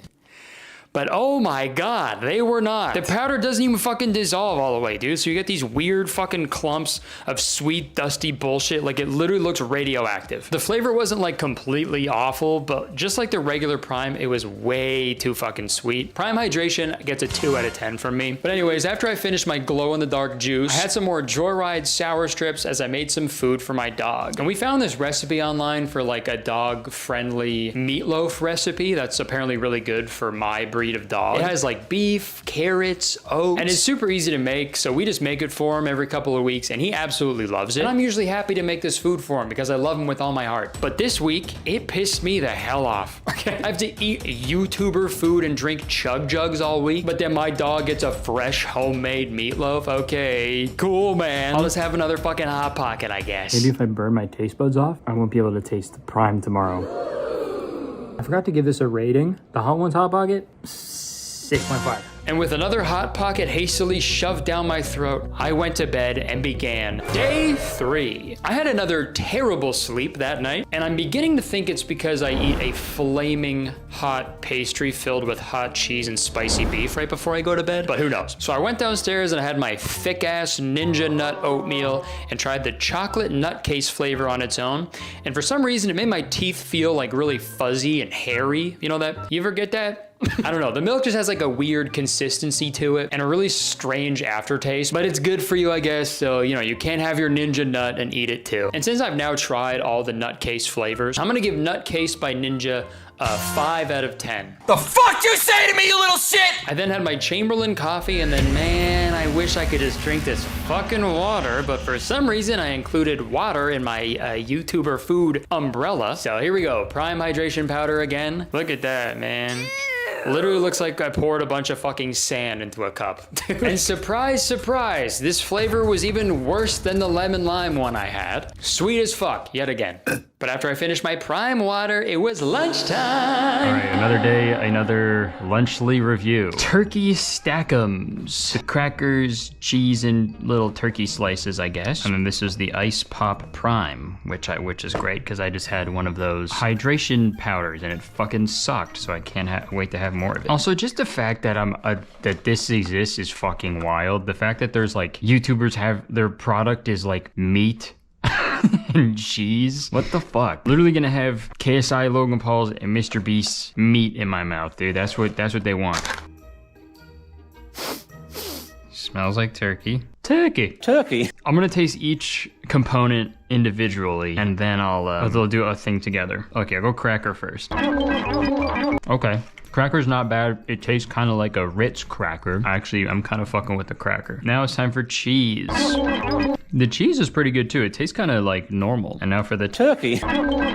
Okay, that's all right. I ate the rest of the turkey stackums, and just like all the other Lunchleys I've had so far, it was just all right. It's pretty hard to fuck up cheese and crackers. Well, it's easy to fuck up cheese and crackers because I've done it. I can fuck them up all day too. But it's hard to screw up cheese and crackers. So this was actually not bad until I had to drink the Prime. Yeah, God, and just the sweetest thing ever. Literally tastes like a melted popsicle. And I know this is ice pop, and I know that's what they're going for, but hey, maybe don't go for that. And they should just put out an ice flavor. I chugged the Prime to get it over with, but unfortunately accrued some psychic damage along the way. Surprisingly, I thought I was gonna like the pizza the best. Honestly, it might be this one. I think I'm excluding the Prime with all of these, because if I'm including the Prime with all the Lunchleys in my rating systems, then they're all fucking 0. And also minus a chocolate bar because too sweet. But just the food, I'd probably say this is the best one, because it's just like, it's cheese and crackers. You can't really fuck that up. So I'd probably give this like, I guess like a 7. So after eating all 3 Lunchley variations, I think I'd rank them turkey stackums, the pizza, and then the Fiesta Nachos. But I would like to talk about Lunchley as a whole for a second. I don't think it really made sense for these creators to come together and release this product. KSI and Logan Paul do so much shit all the time, and that's like a point of pride for each of them as well. Like, they're essentially hustle grind set bros masquerading as YouTubers. I'm out here trying to level myself up. That's why I got Misfits, that's why I've got Prime, that's why I've got all my Sidemen businesses, XIX, Sides, you know, the list goes on. And same as Mr. Beast, dude. He always talks about how he's only like focusing his time on making YouTube videos or making his Amazon Prime show. I reinvest every penny I make. Yeah. I work every hour I'm awake. And he already has Feastables, which is its own business on its own. So it's not even humanly possible for these 3 people who don't even seem like they get along really well to effectively work together and like spend the time necessary to actually put out a product that is a better for you Lunchable. What do you know? It turns out that the 3 billionaires have absolutely 0 chemistry together. Thanks for joining me, guys. Let's go. Yeah, well. Oh, pleasure. Yeah. No. And that widespread mold issue they were experiencing is a perfect illustration of that lack of time and care. Dude, even with Prime, the drink that KSI and Logan Paul created and they fucking talk about all the time and they display it everywhere in their podcast sets and even their wife's delivery room. Yeah, Logan Paul's baby was born. He put up fucking Prime and Lunchley, dude. And of course, we have our snacks and our energy drink. None other than the greatest meals in the world, Lunchley. Even all that time and effort devoted to Prime, there's still reports of the drinks containing lead and mercury, dude. Mercury! That's a planet. How'd that even get in there, dude? Welcome to the world, Logan Jr. Have some fucking mercury poisoning. Fucking Jesus. And I've had so much of it this week. I fucking joked about Prime being radioactive, but I was right. Personally, I think it's just straight up bullshit that these people are acting like they're trying to make healthy food for kids, because they're not. If they really cared about kids eating healthy, they'd put out a fucking salad kit, dude. Come on, guys, do it. Put out a fucking steamed broccoli and chicken meal. Put your money where your mouths are, guys. I also watched a Dr. Mike video about Lunchley, and he broke down a lot of the issues surrounding the messaging that they used when they released Lunchley, like how they didn't list the sodium or saturated fat levels on their website when they were comparing it to Lunchables. All they did was say how many electrolytes was in the Lunchley. Sodium getting rebranded as electrolytes will be taught in marketing textbooks one day. He also pointed out that the portion size between Lunchley and Lunchables, they differ quite a bit. So comparing the nutritional values isn't really fair, because obviously the Lunchables cheese and crackers, which is 82 grams, is gonna have more calories than the Lunchley turkey stackums, which is only 72 grams. That's like if McDonald's was like, our new healthy burger is much better for you than 2 burgers. Another interesting thing Dr. Mike brought up in his video is how Lunchley always boasts about how much healthier they are because they have lower calories. So 30 less calories, 10 calories. 230 calories. But when you look at the USDA caloric guidelines, it says that a children's lunch should contain around 625 calories because kids need energy to function properly in school and to stay active, and calories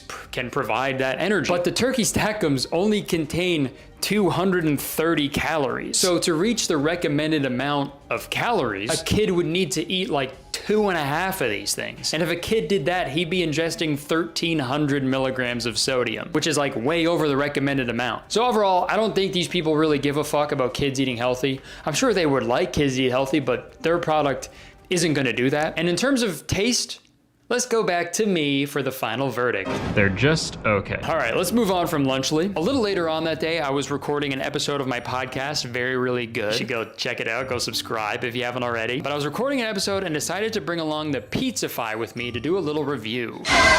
Hey guys, what's up? I'm here in my podcast studio, and I'm also here sitting on my Video Gear Command Center. If y'all have ever wanted a POV of what it's like to use a Video Gear Command Center, and I figured this was a perfect place to try out Pizzafy. Fits very nicely in the Video Gear Command Center, I will say. Turn anything into pizza. This is from Eric. I've never met him in person. There was one split second at the Streamies. You guys look so good, Kurtis. Hey. But I didn't have the chance to say anything.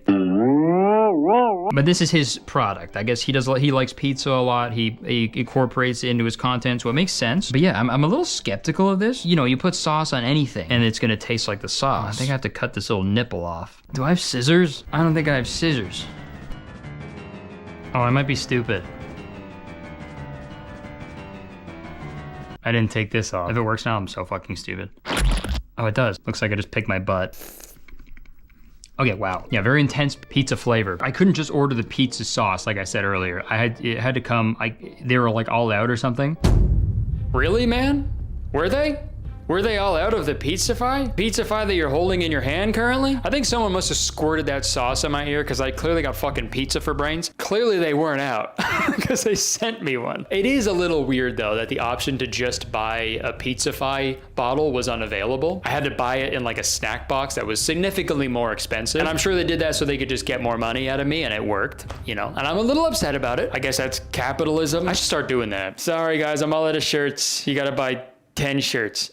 So they sent it with a bunch of snacks. They sent these Pirates Booty, aged white cheddar rice and corn puffs, dried pineapple chunks, Pringles, Ritz cheese crackers that got fucking smashed in the mail, and then Slim Jim. I'm gonna try the Pizzafy on all these and see how it tastes. First up, let's try Pringles, and these also got smashed in the mail. I will say this. Pizzafy tastes good. Does it make the Pringle taste like pizza? No. It makes it taste like a Pringle with some pizza sauce on it, which isn't a bad thing, but maybe it'll be different. Maybe with Ritz, because it has cheese. And what if I try to up the dosage here? What if I really fucking squirt? Oh yeah, now that's a squirt. Here we go. Now that tastes more like pizza. Would you believe me if you put more of this on it, it tastes more like it? If you, you know, suck really small dicks. No, if you partake in the devil's lettuce, this is like heaven, dude. I can already picture it because I've never done it. I never will. I spent the next few minutes messing around with the snacks and putting Pizzafy on every single one. And looking back at this footage now, I feel like I probably could have gotten away with eating like real fruits and vegetables. If I just like put Pizzafy on the healthy food, then it would immediately turn it into a YouTuber food, right? Because Pizzafy's whole thing is like, if you put Pizzafy on something, it turns it into something completely different. You know, is a banana still a banana if it has Pizzafy on it? I don't know. It's like a ship of Theseus type thing, right? This is a larger philosophical debate that I don't really think we have time for, but everybody write your full thesis in the comments below. I want to truly put it to the test, because so far, if you guys have been paying attention to the video, there are 2 items that I've had to have every single day that I don't like, and that's Feastables and Prime. So here's my theory. If I put enough of this stuff on Feastables and Prime, maybe I'll like it because it'll taste like pizza. So, okay, I've got Feastables here. I got the regular full-size milk chocolate one, and then I got this Austin Matthews Prime. So I guess this just sort of tastes like him. A little weird to have a guy as your flavor. That's like if the Gatorade came out with a flavor and it was just called like Gary. Tyler. I'll do a cube at a time. Minecraft be like. It even has like a little container for it.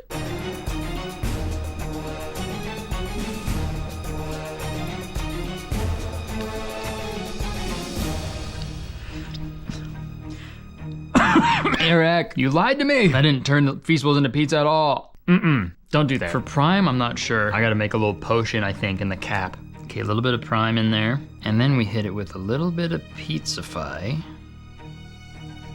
Dude, this looks like diarrhea, bro. Cheers, boys.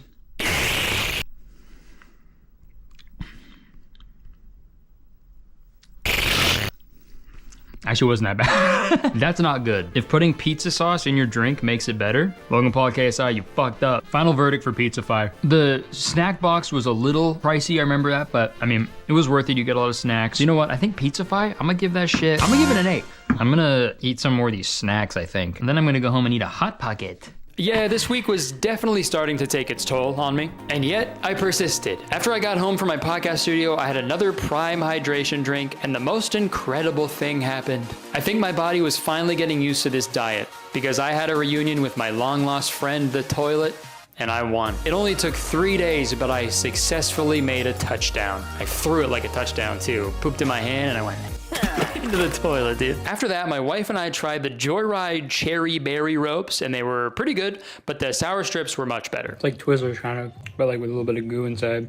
You can use that in your ads, Ryan, if you want. It's like Twizzlers, kind of, but like with a little bit of goo inside. I then heated up my Hot Pocket, and this is when I realized how much it looks like a chicken bake. And I'm gonna be honest, I was a little full from all the Pizzafy snacks I had a few hours prior, so I only had half of the Hot Pocket, but I enjoyed every second of it because tomorrow I was moving on up the spice scale to the Los Calientes sauce. And with that, it was time for day 4. I started off my day with some oatmeal because I have no choice, and I also picked this Night Owl blend for my daily Chamberlain / nutcase coffee, and wouldn't you know, it was just all right. And then a few hours later, it was time for lunch. Okay, for lunch today, I've got the pizza lunchly again. Half of a Hot Ones Hot Pocket that I didn't eat last night. And I thought it'd be fun to put the Pizzafy on it. I'm gonna put this in the microwave. Keep my phone in there as well, so you guys can get a nice view.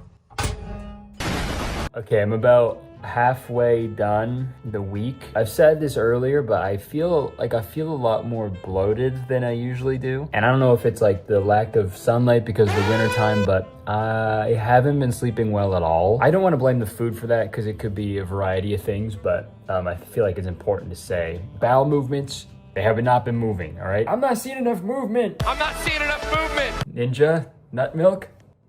Other than that, I feel semi-normal, I think. The only thing I'm feeling is just fucking boredom. YouTubers, you gotta put out some more food, man. I'm fucking sick of these lunchlies already. I'm sick of the Hot Pocket, sick of the oatmeal. I want my usual diet. I want fruits and vegetables. Sucks, man. I want like regular water. I miss regular water a lot. My body is like, where is it? You know what? We're gonna keep fucking powering through, dude. I'm gonna eat this lunchly, and it's gonna be awesome, man. I can't wait. So I put the Pizzafy on the lunchly, and it was pretty good. Luckily, the weather hasn't been too bad, so I've been able to go for like hour walks. So I've been getting like 10, 15,000 steps a day this week. Thank fucking God. I gotta offset all this fucking crap I'm eating, dude, because I feel like if I wasn't walking, I'd be like that fucking, the person who does drugs on the couch. They're just fucking... We're gonna crush this Prime right now. The best way to drink Prime is to drink it as fast as you can so you get it over with. Sounds like I'm drinking fucking Everclear, dude. I actually rather would drink Everclear than this. Hey guys, I'm editing this video right now, and the funniest thing just happened. Out of everything I consumed during my week of YouTuber food and beverages, Prime was by far the worst, so I thought it was very funny when earlier this morning I opened my Instagram and I see a DM from the official Prime account that reads, "Kurtis, join the Prime fam for our biggest launches yet. We're kicking off the year with epic drops, and we want you on our exclusive list. Let us know the best address for your first Prime delivery." No. Actually, you know what? Maybe I should respond with an address. Okay, I just sent them back a message. So they said, let us know the best address for your first Prime delivery. So I said, 42069 Ligma Lane, Mercuryville, Japan. Let me know if y'all accept Crypto Zoo. That's it. I thought it was funny. Back to the video. All right, another lunch in the books. Thank you so much, Jimmy, Logan, and KSI. I don't know KSI's real name. 4 lunchlies down.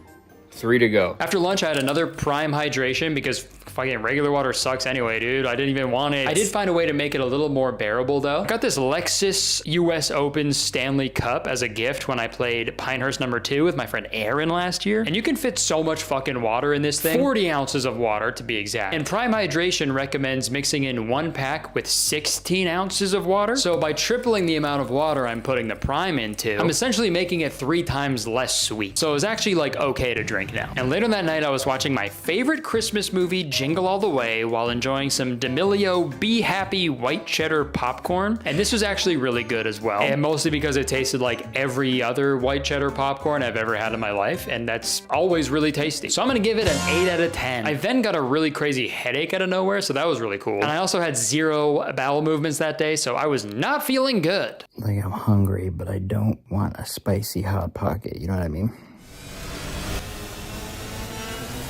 I've now upgraded to the Los Calientes hot sauce, and it was a significant jump in terms of spice, but luckily I had Ninja's thick nut to pour down my throat and cool me off. And with that, another Hot Pocket in my Hot Pocket. That's my stomach. I feel like a Hot Pocket could be several things. Another Hot Pocket in my ass. Speaking of stomach though, luckily I rarely get bloated. It hardly like ever happens to me. It happens to me so little that for like most of my life, I thought people were lying when they said they were bloated because I just didn't know what that was. But this week, oh my God, man, people were not lying. Something in these foods made me blow up like a fucking balloon. Look at this shit, bro. I look like pregnant Brian.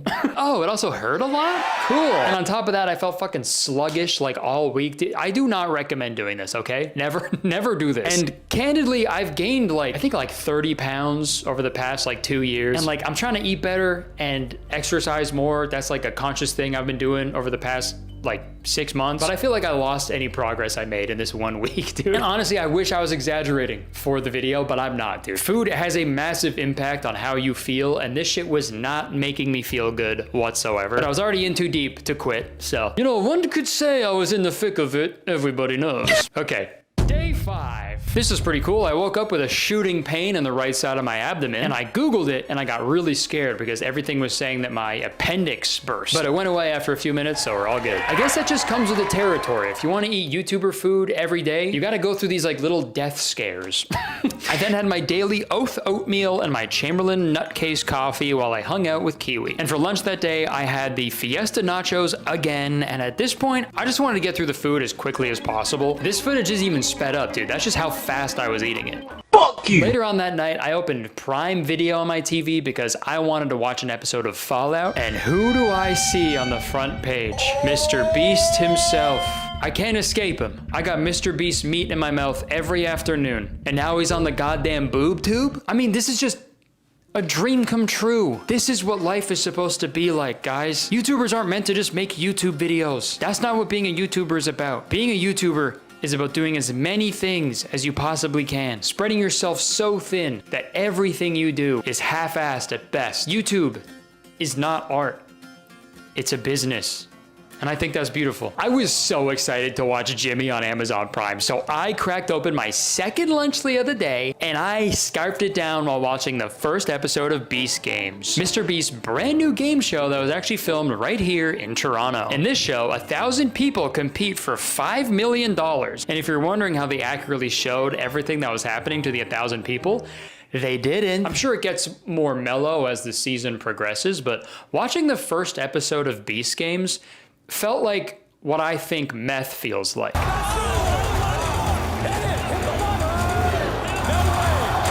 There was way too much going on. It was scary. I was like jumpy. I was like, it was a meth, dude. What a day.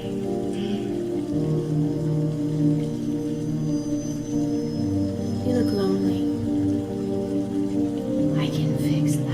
Sorry, filming from my phone here. I forgot the Prime. Drinking Prime while watching Prime. I left my wife and my 3-year-old son.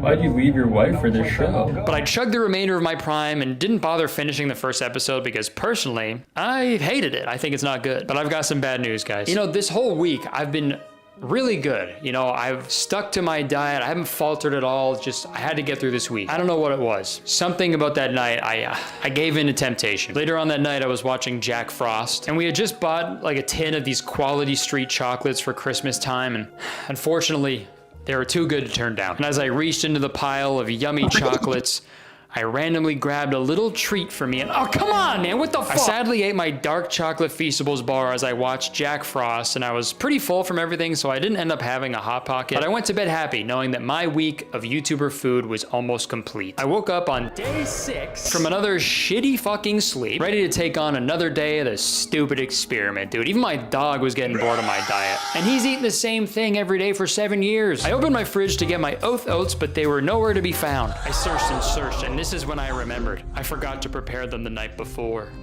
I forgot to overnight my oats. So in an act of desperation, I heated up some of Ninja's nut in a pot and cooked the oats, and after a few minutes, I had a little bowl of baby shit. Delicious. I then had my Chamberlain Nutcase coffee, and a few hours later, I had the pizza lunchly again. But I must have gotten some inspo from heating up my breakfast this morning, so I decided to do something crazy and put the pizza lunchly in the oven. I had the little chocolate while I waited and chugged this little bottle of mercury poisoning as well. After a few minutes, my little pizzas were nice and cooked and ready to be eaten. Okay, they definitely smell better than usual. Okay, they're better in the oven. Should've been doing that all week. And later on in the day, it was Hot Pockets time yet again. I was having dinner a little earlier than usual on this day because we were going to a Christmas party that night at our friend's house. So I had to make sure that I had a full belly before we went because, you know, I wasn't gonna be allowed to eat any of the food there, which is great, which is fun. And it really sucked too because they had like the best looking fucking charcuterie board I've ever seen in my life, but I wasn't allowed to eat any of it, okay? And I didn't want to be the guy to go up and be like, hey, is any of this the turkey tacos? Since it was a Christmas party, I was gonna get a little fucked up. Oh, yeah. So you know what that means. It's time to do an in-depth review of Happy Dad Seltzer. Launched in 2021 by the Nelk Boys, who are known for their shitty podcast. First of all, I'm not even talking to you. I'm not even talking. Yeah, but he's tired of your shit too. I'm not talking to you. And their failed NFT project. You know what? Saying failed NFT project is a little redundant. I can just say NFT project. The Nelk Boys also recently received a shout out from the CEO of UFC, Dana White, during Donald Trump's acceptance speech. I want to thank the Nelk Boys, Aiden Ross. The fact that fucking YouTubers got shouted out during a president's acceptance speech, this is the worst. We all need to die. Okay? And also, like, dude, I don't know why this fucking Nelk dude fucks with Trump so much. Why does he love Trump so much, dude? He's Canadian. He's from Mississauga, bro. Dude, you weren't even born in America, man. Trump does not fuck with you, dude. But the Nelk Boys are very popular with college dudes named Trent, so they launched a seltzer brand to compete with the very popular White Claw. And in terms of what they could have released for their audience, it's pretty smart. I think the only thing they could have sold more of to frat boys is a collection of pastel colored button-up shirts. But yeah, when I wore pink in high school, I got called the F slur. Got it. Sorry, when I did my taste of Happy Dad, I was trying to be as impartial as I could. And truthfully, I was pretty excited to try Happy Dad because based on my childhood, I didn't even know those existed. I'm gonna give it a go and see. I'm just giving my first, what's it called? First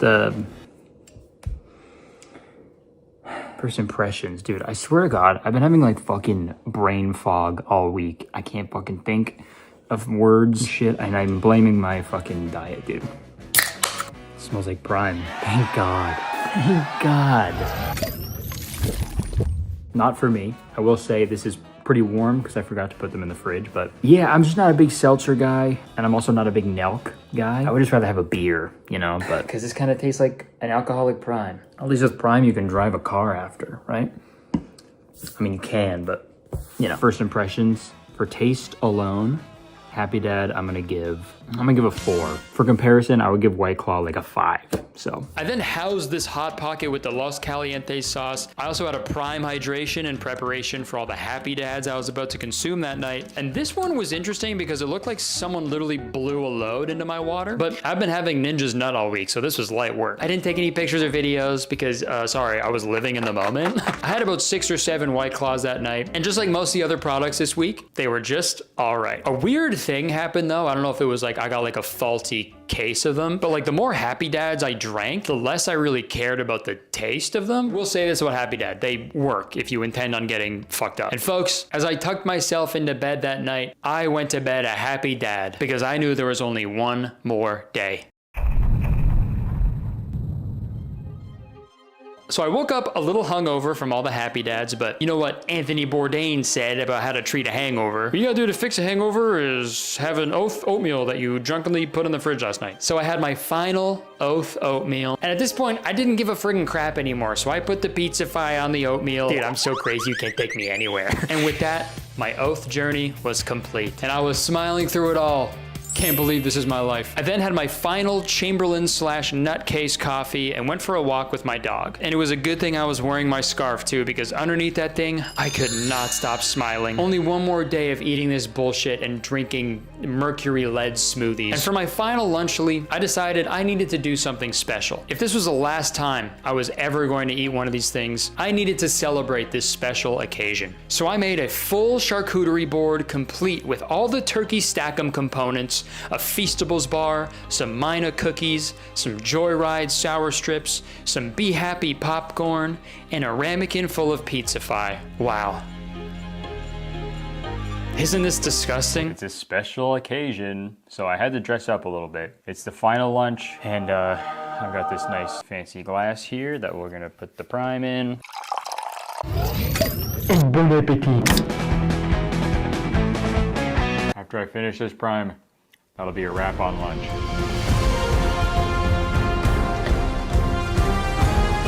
And with that final sip of prime, my lunchly torture was finally over. 7 lunchlies, 7 days. No, I think I had 8. 8 lunchlies, 7 days. And I'm never having one ever again.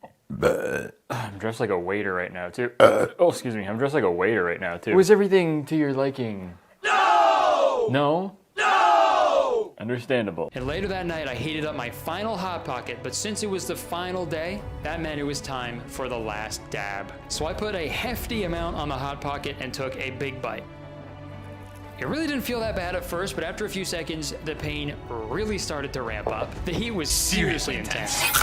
And Ninja's thick nut flowing down my throat was the only thing that could make me feel better. Dude, I even had a sip of Prime to see if that would help, but it didn't do a thing. And I'm honestly surprised the heat from the hot sauce mixing with the mercury in the Prime didn't make my fucking head explode. But after a long while, the pain finally went away, and when I looked at the clock, it was 12:11. My torturous week of strictly eating YouTuber foods was finally over. So I poured myself a big glass of regular, plain-ass water, and I chugged that thing. And just like Logan Paul donning a pair of colorblind glasses, I too cried tears of joy.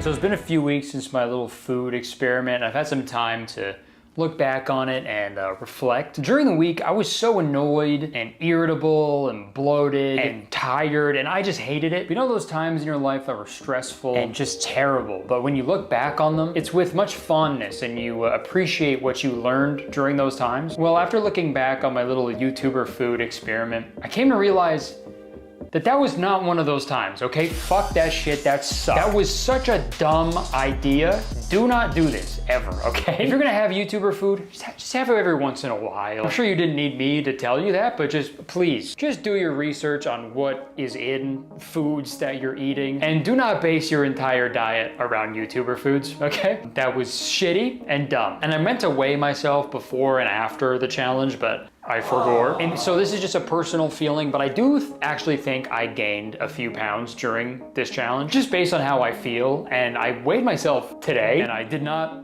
weigh this much a few weeks ago. So I know that's not concrete evidence that I gained weight from this diet, but I do have a feeling that all those spicy Hot Pockets did a number on my body, especially my stomach lining. But as I said several times throughout this video, during the whole week, I felt bloated and uncomfortable. I had less energy. I experienced more brain fog. My bowel movements were so infrequent that my toilet actually put up lost Kurtis signs all over my house because he hasn't seen me in so long. And I also didn't really have any restful sleeps. It's like every day, like my breakfast was normal because it was just oatmeal and coffee. But then the rest of the day, it was just like, hey, try this hockey player mercury juice and don't forget your spicy beef pillow. And to echo what I said at the beginning of this video, it is a massive responsibility to create a food product and sell it to people. And I think the appeal of immense financial gains kind of makes people forget about that responsibility. And, luckily there are usually guidelines in place, that need to be met before you can actually sell a food product to the public. But those guidelines don't automatically make them good for you to eat, right? I don't know if you guys remember that pink sauce debacle from last year, but it just goes to show you that starting a food business is not easy and it can be very dangerous. Even the biggest YouTuber on the platform with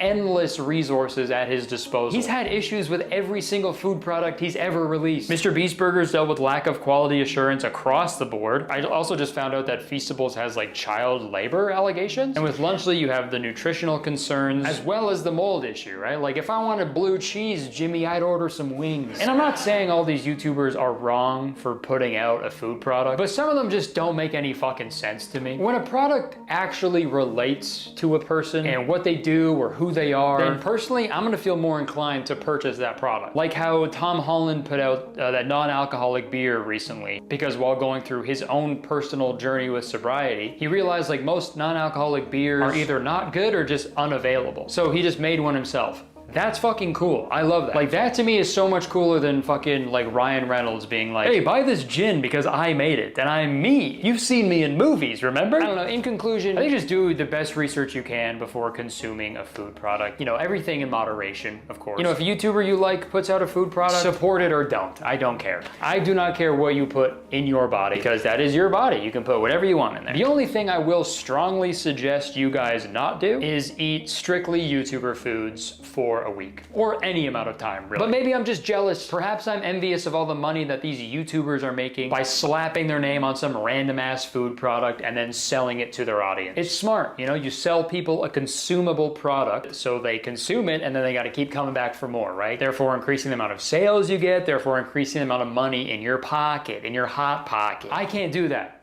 okay? Because I only sell merch. Until now. That's right, guys. I am launching the world's first edible candy clothing. Have you ever looked at a shirt and thought, ah, sweet? Well, in this case, you would be right. I have teamed up with the most skilled candy makers in the world, the Oompa Loompas. Yes! And we have created the first ever consumable merch. So you gotta keep on coming back for more. Each shirt is made of the cheapest sugar we could find. Mostly sugar we dust off the ground when I open a pack of Joyride sour strips. The patent-denied gummy shirt is sticky to wear and a nightmare in the summer. I hope you like bees, but how do they taste? Not good. One could argue they're an abomination to the taste buds. Their mere existence is an act of defiance against God, and they're not good for you. In order for the gummy shirts to keep their shape, we had to implement a special binding agent that may or may not contain asbestos. There's also mercury and lead in there, but we only did that because we saw Prime do it. These gummy shirts may not taste good or be good for you, but that doesn't matter because when you buy a Kurtis Conner gummy shirt, 100% of the proceeds go directly to me. The Oompa Loompas don't even want money. It's crazy. Yes, we do. No, they don't. Buy the 5-shirt bundle today because we're all out of shirts. Available now. All right, thanks for watching, everybody. I hope you enjoyed it. If you did, please press the like button because believe it or not, one like actually equals one sandwich with chips not asked for that I will eat. Leave a comment. Let me know what you think of all this. Let me know if you've tried any of these foods. Subscribe, because as soon as you press the subscribe button, you become a valued citizen of Kurtistown. You know, Kurtistown is the best place to live in the world, and I'm the mayor of Kurtistown. So you have to be nice to me. It's the law. And also come see me in Australia. Those shows are happening very soon, and I want you to be there because it's gonna be a lot of fun. Okay. All right, that's it. I would stick around, but unfortunately, I need to go research on how to remove lead from your body. See ya. I like my cheese drippy, bro.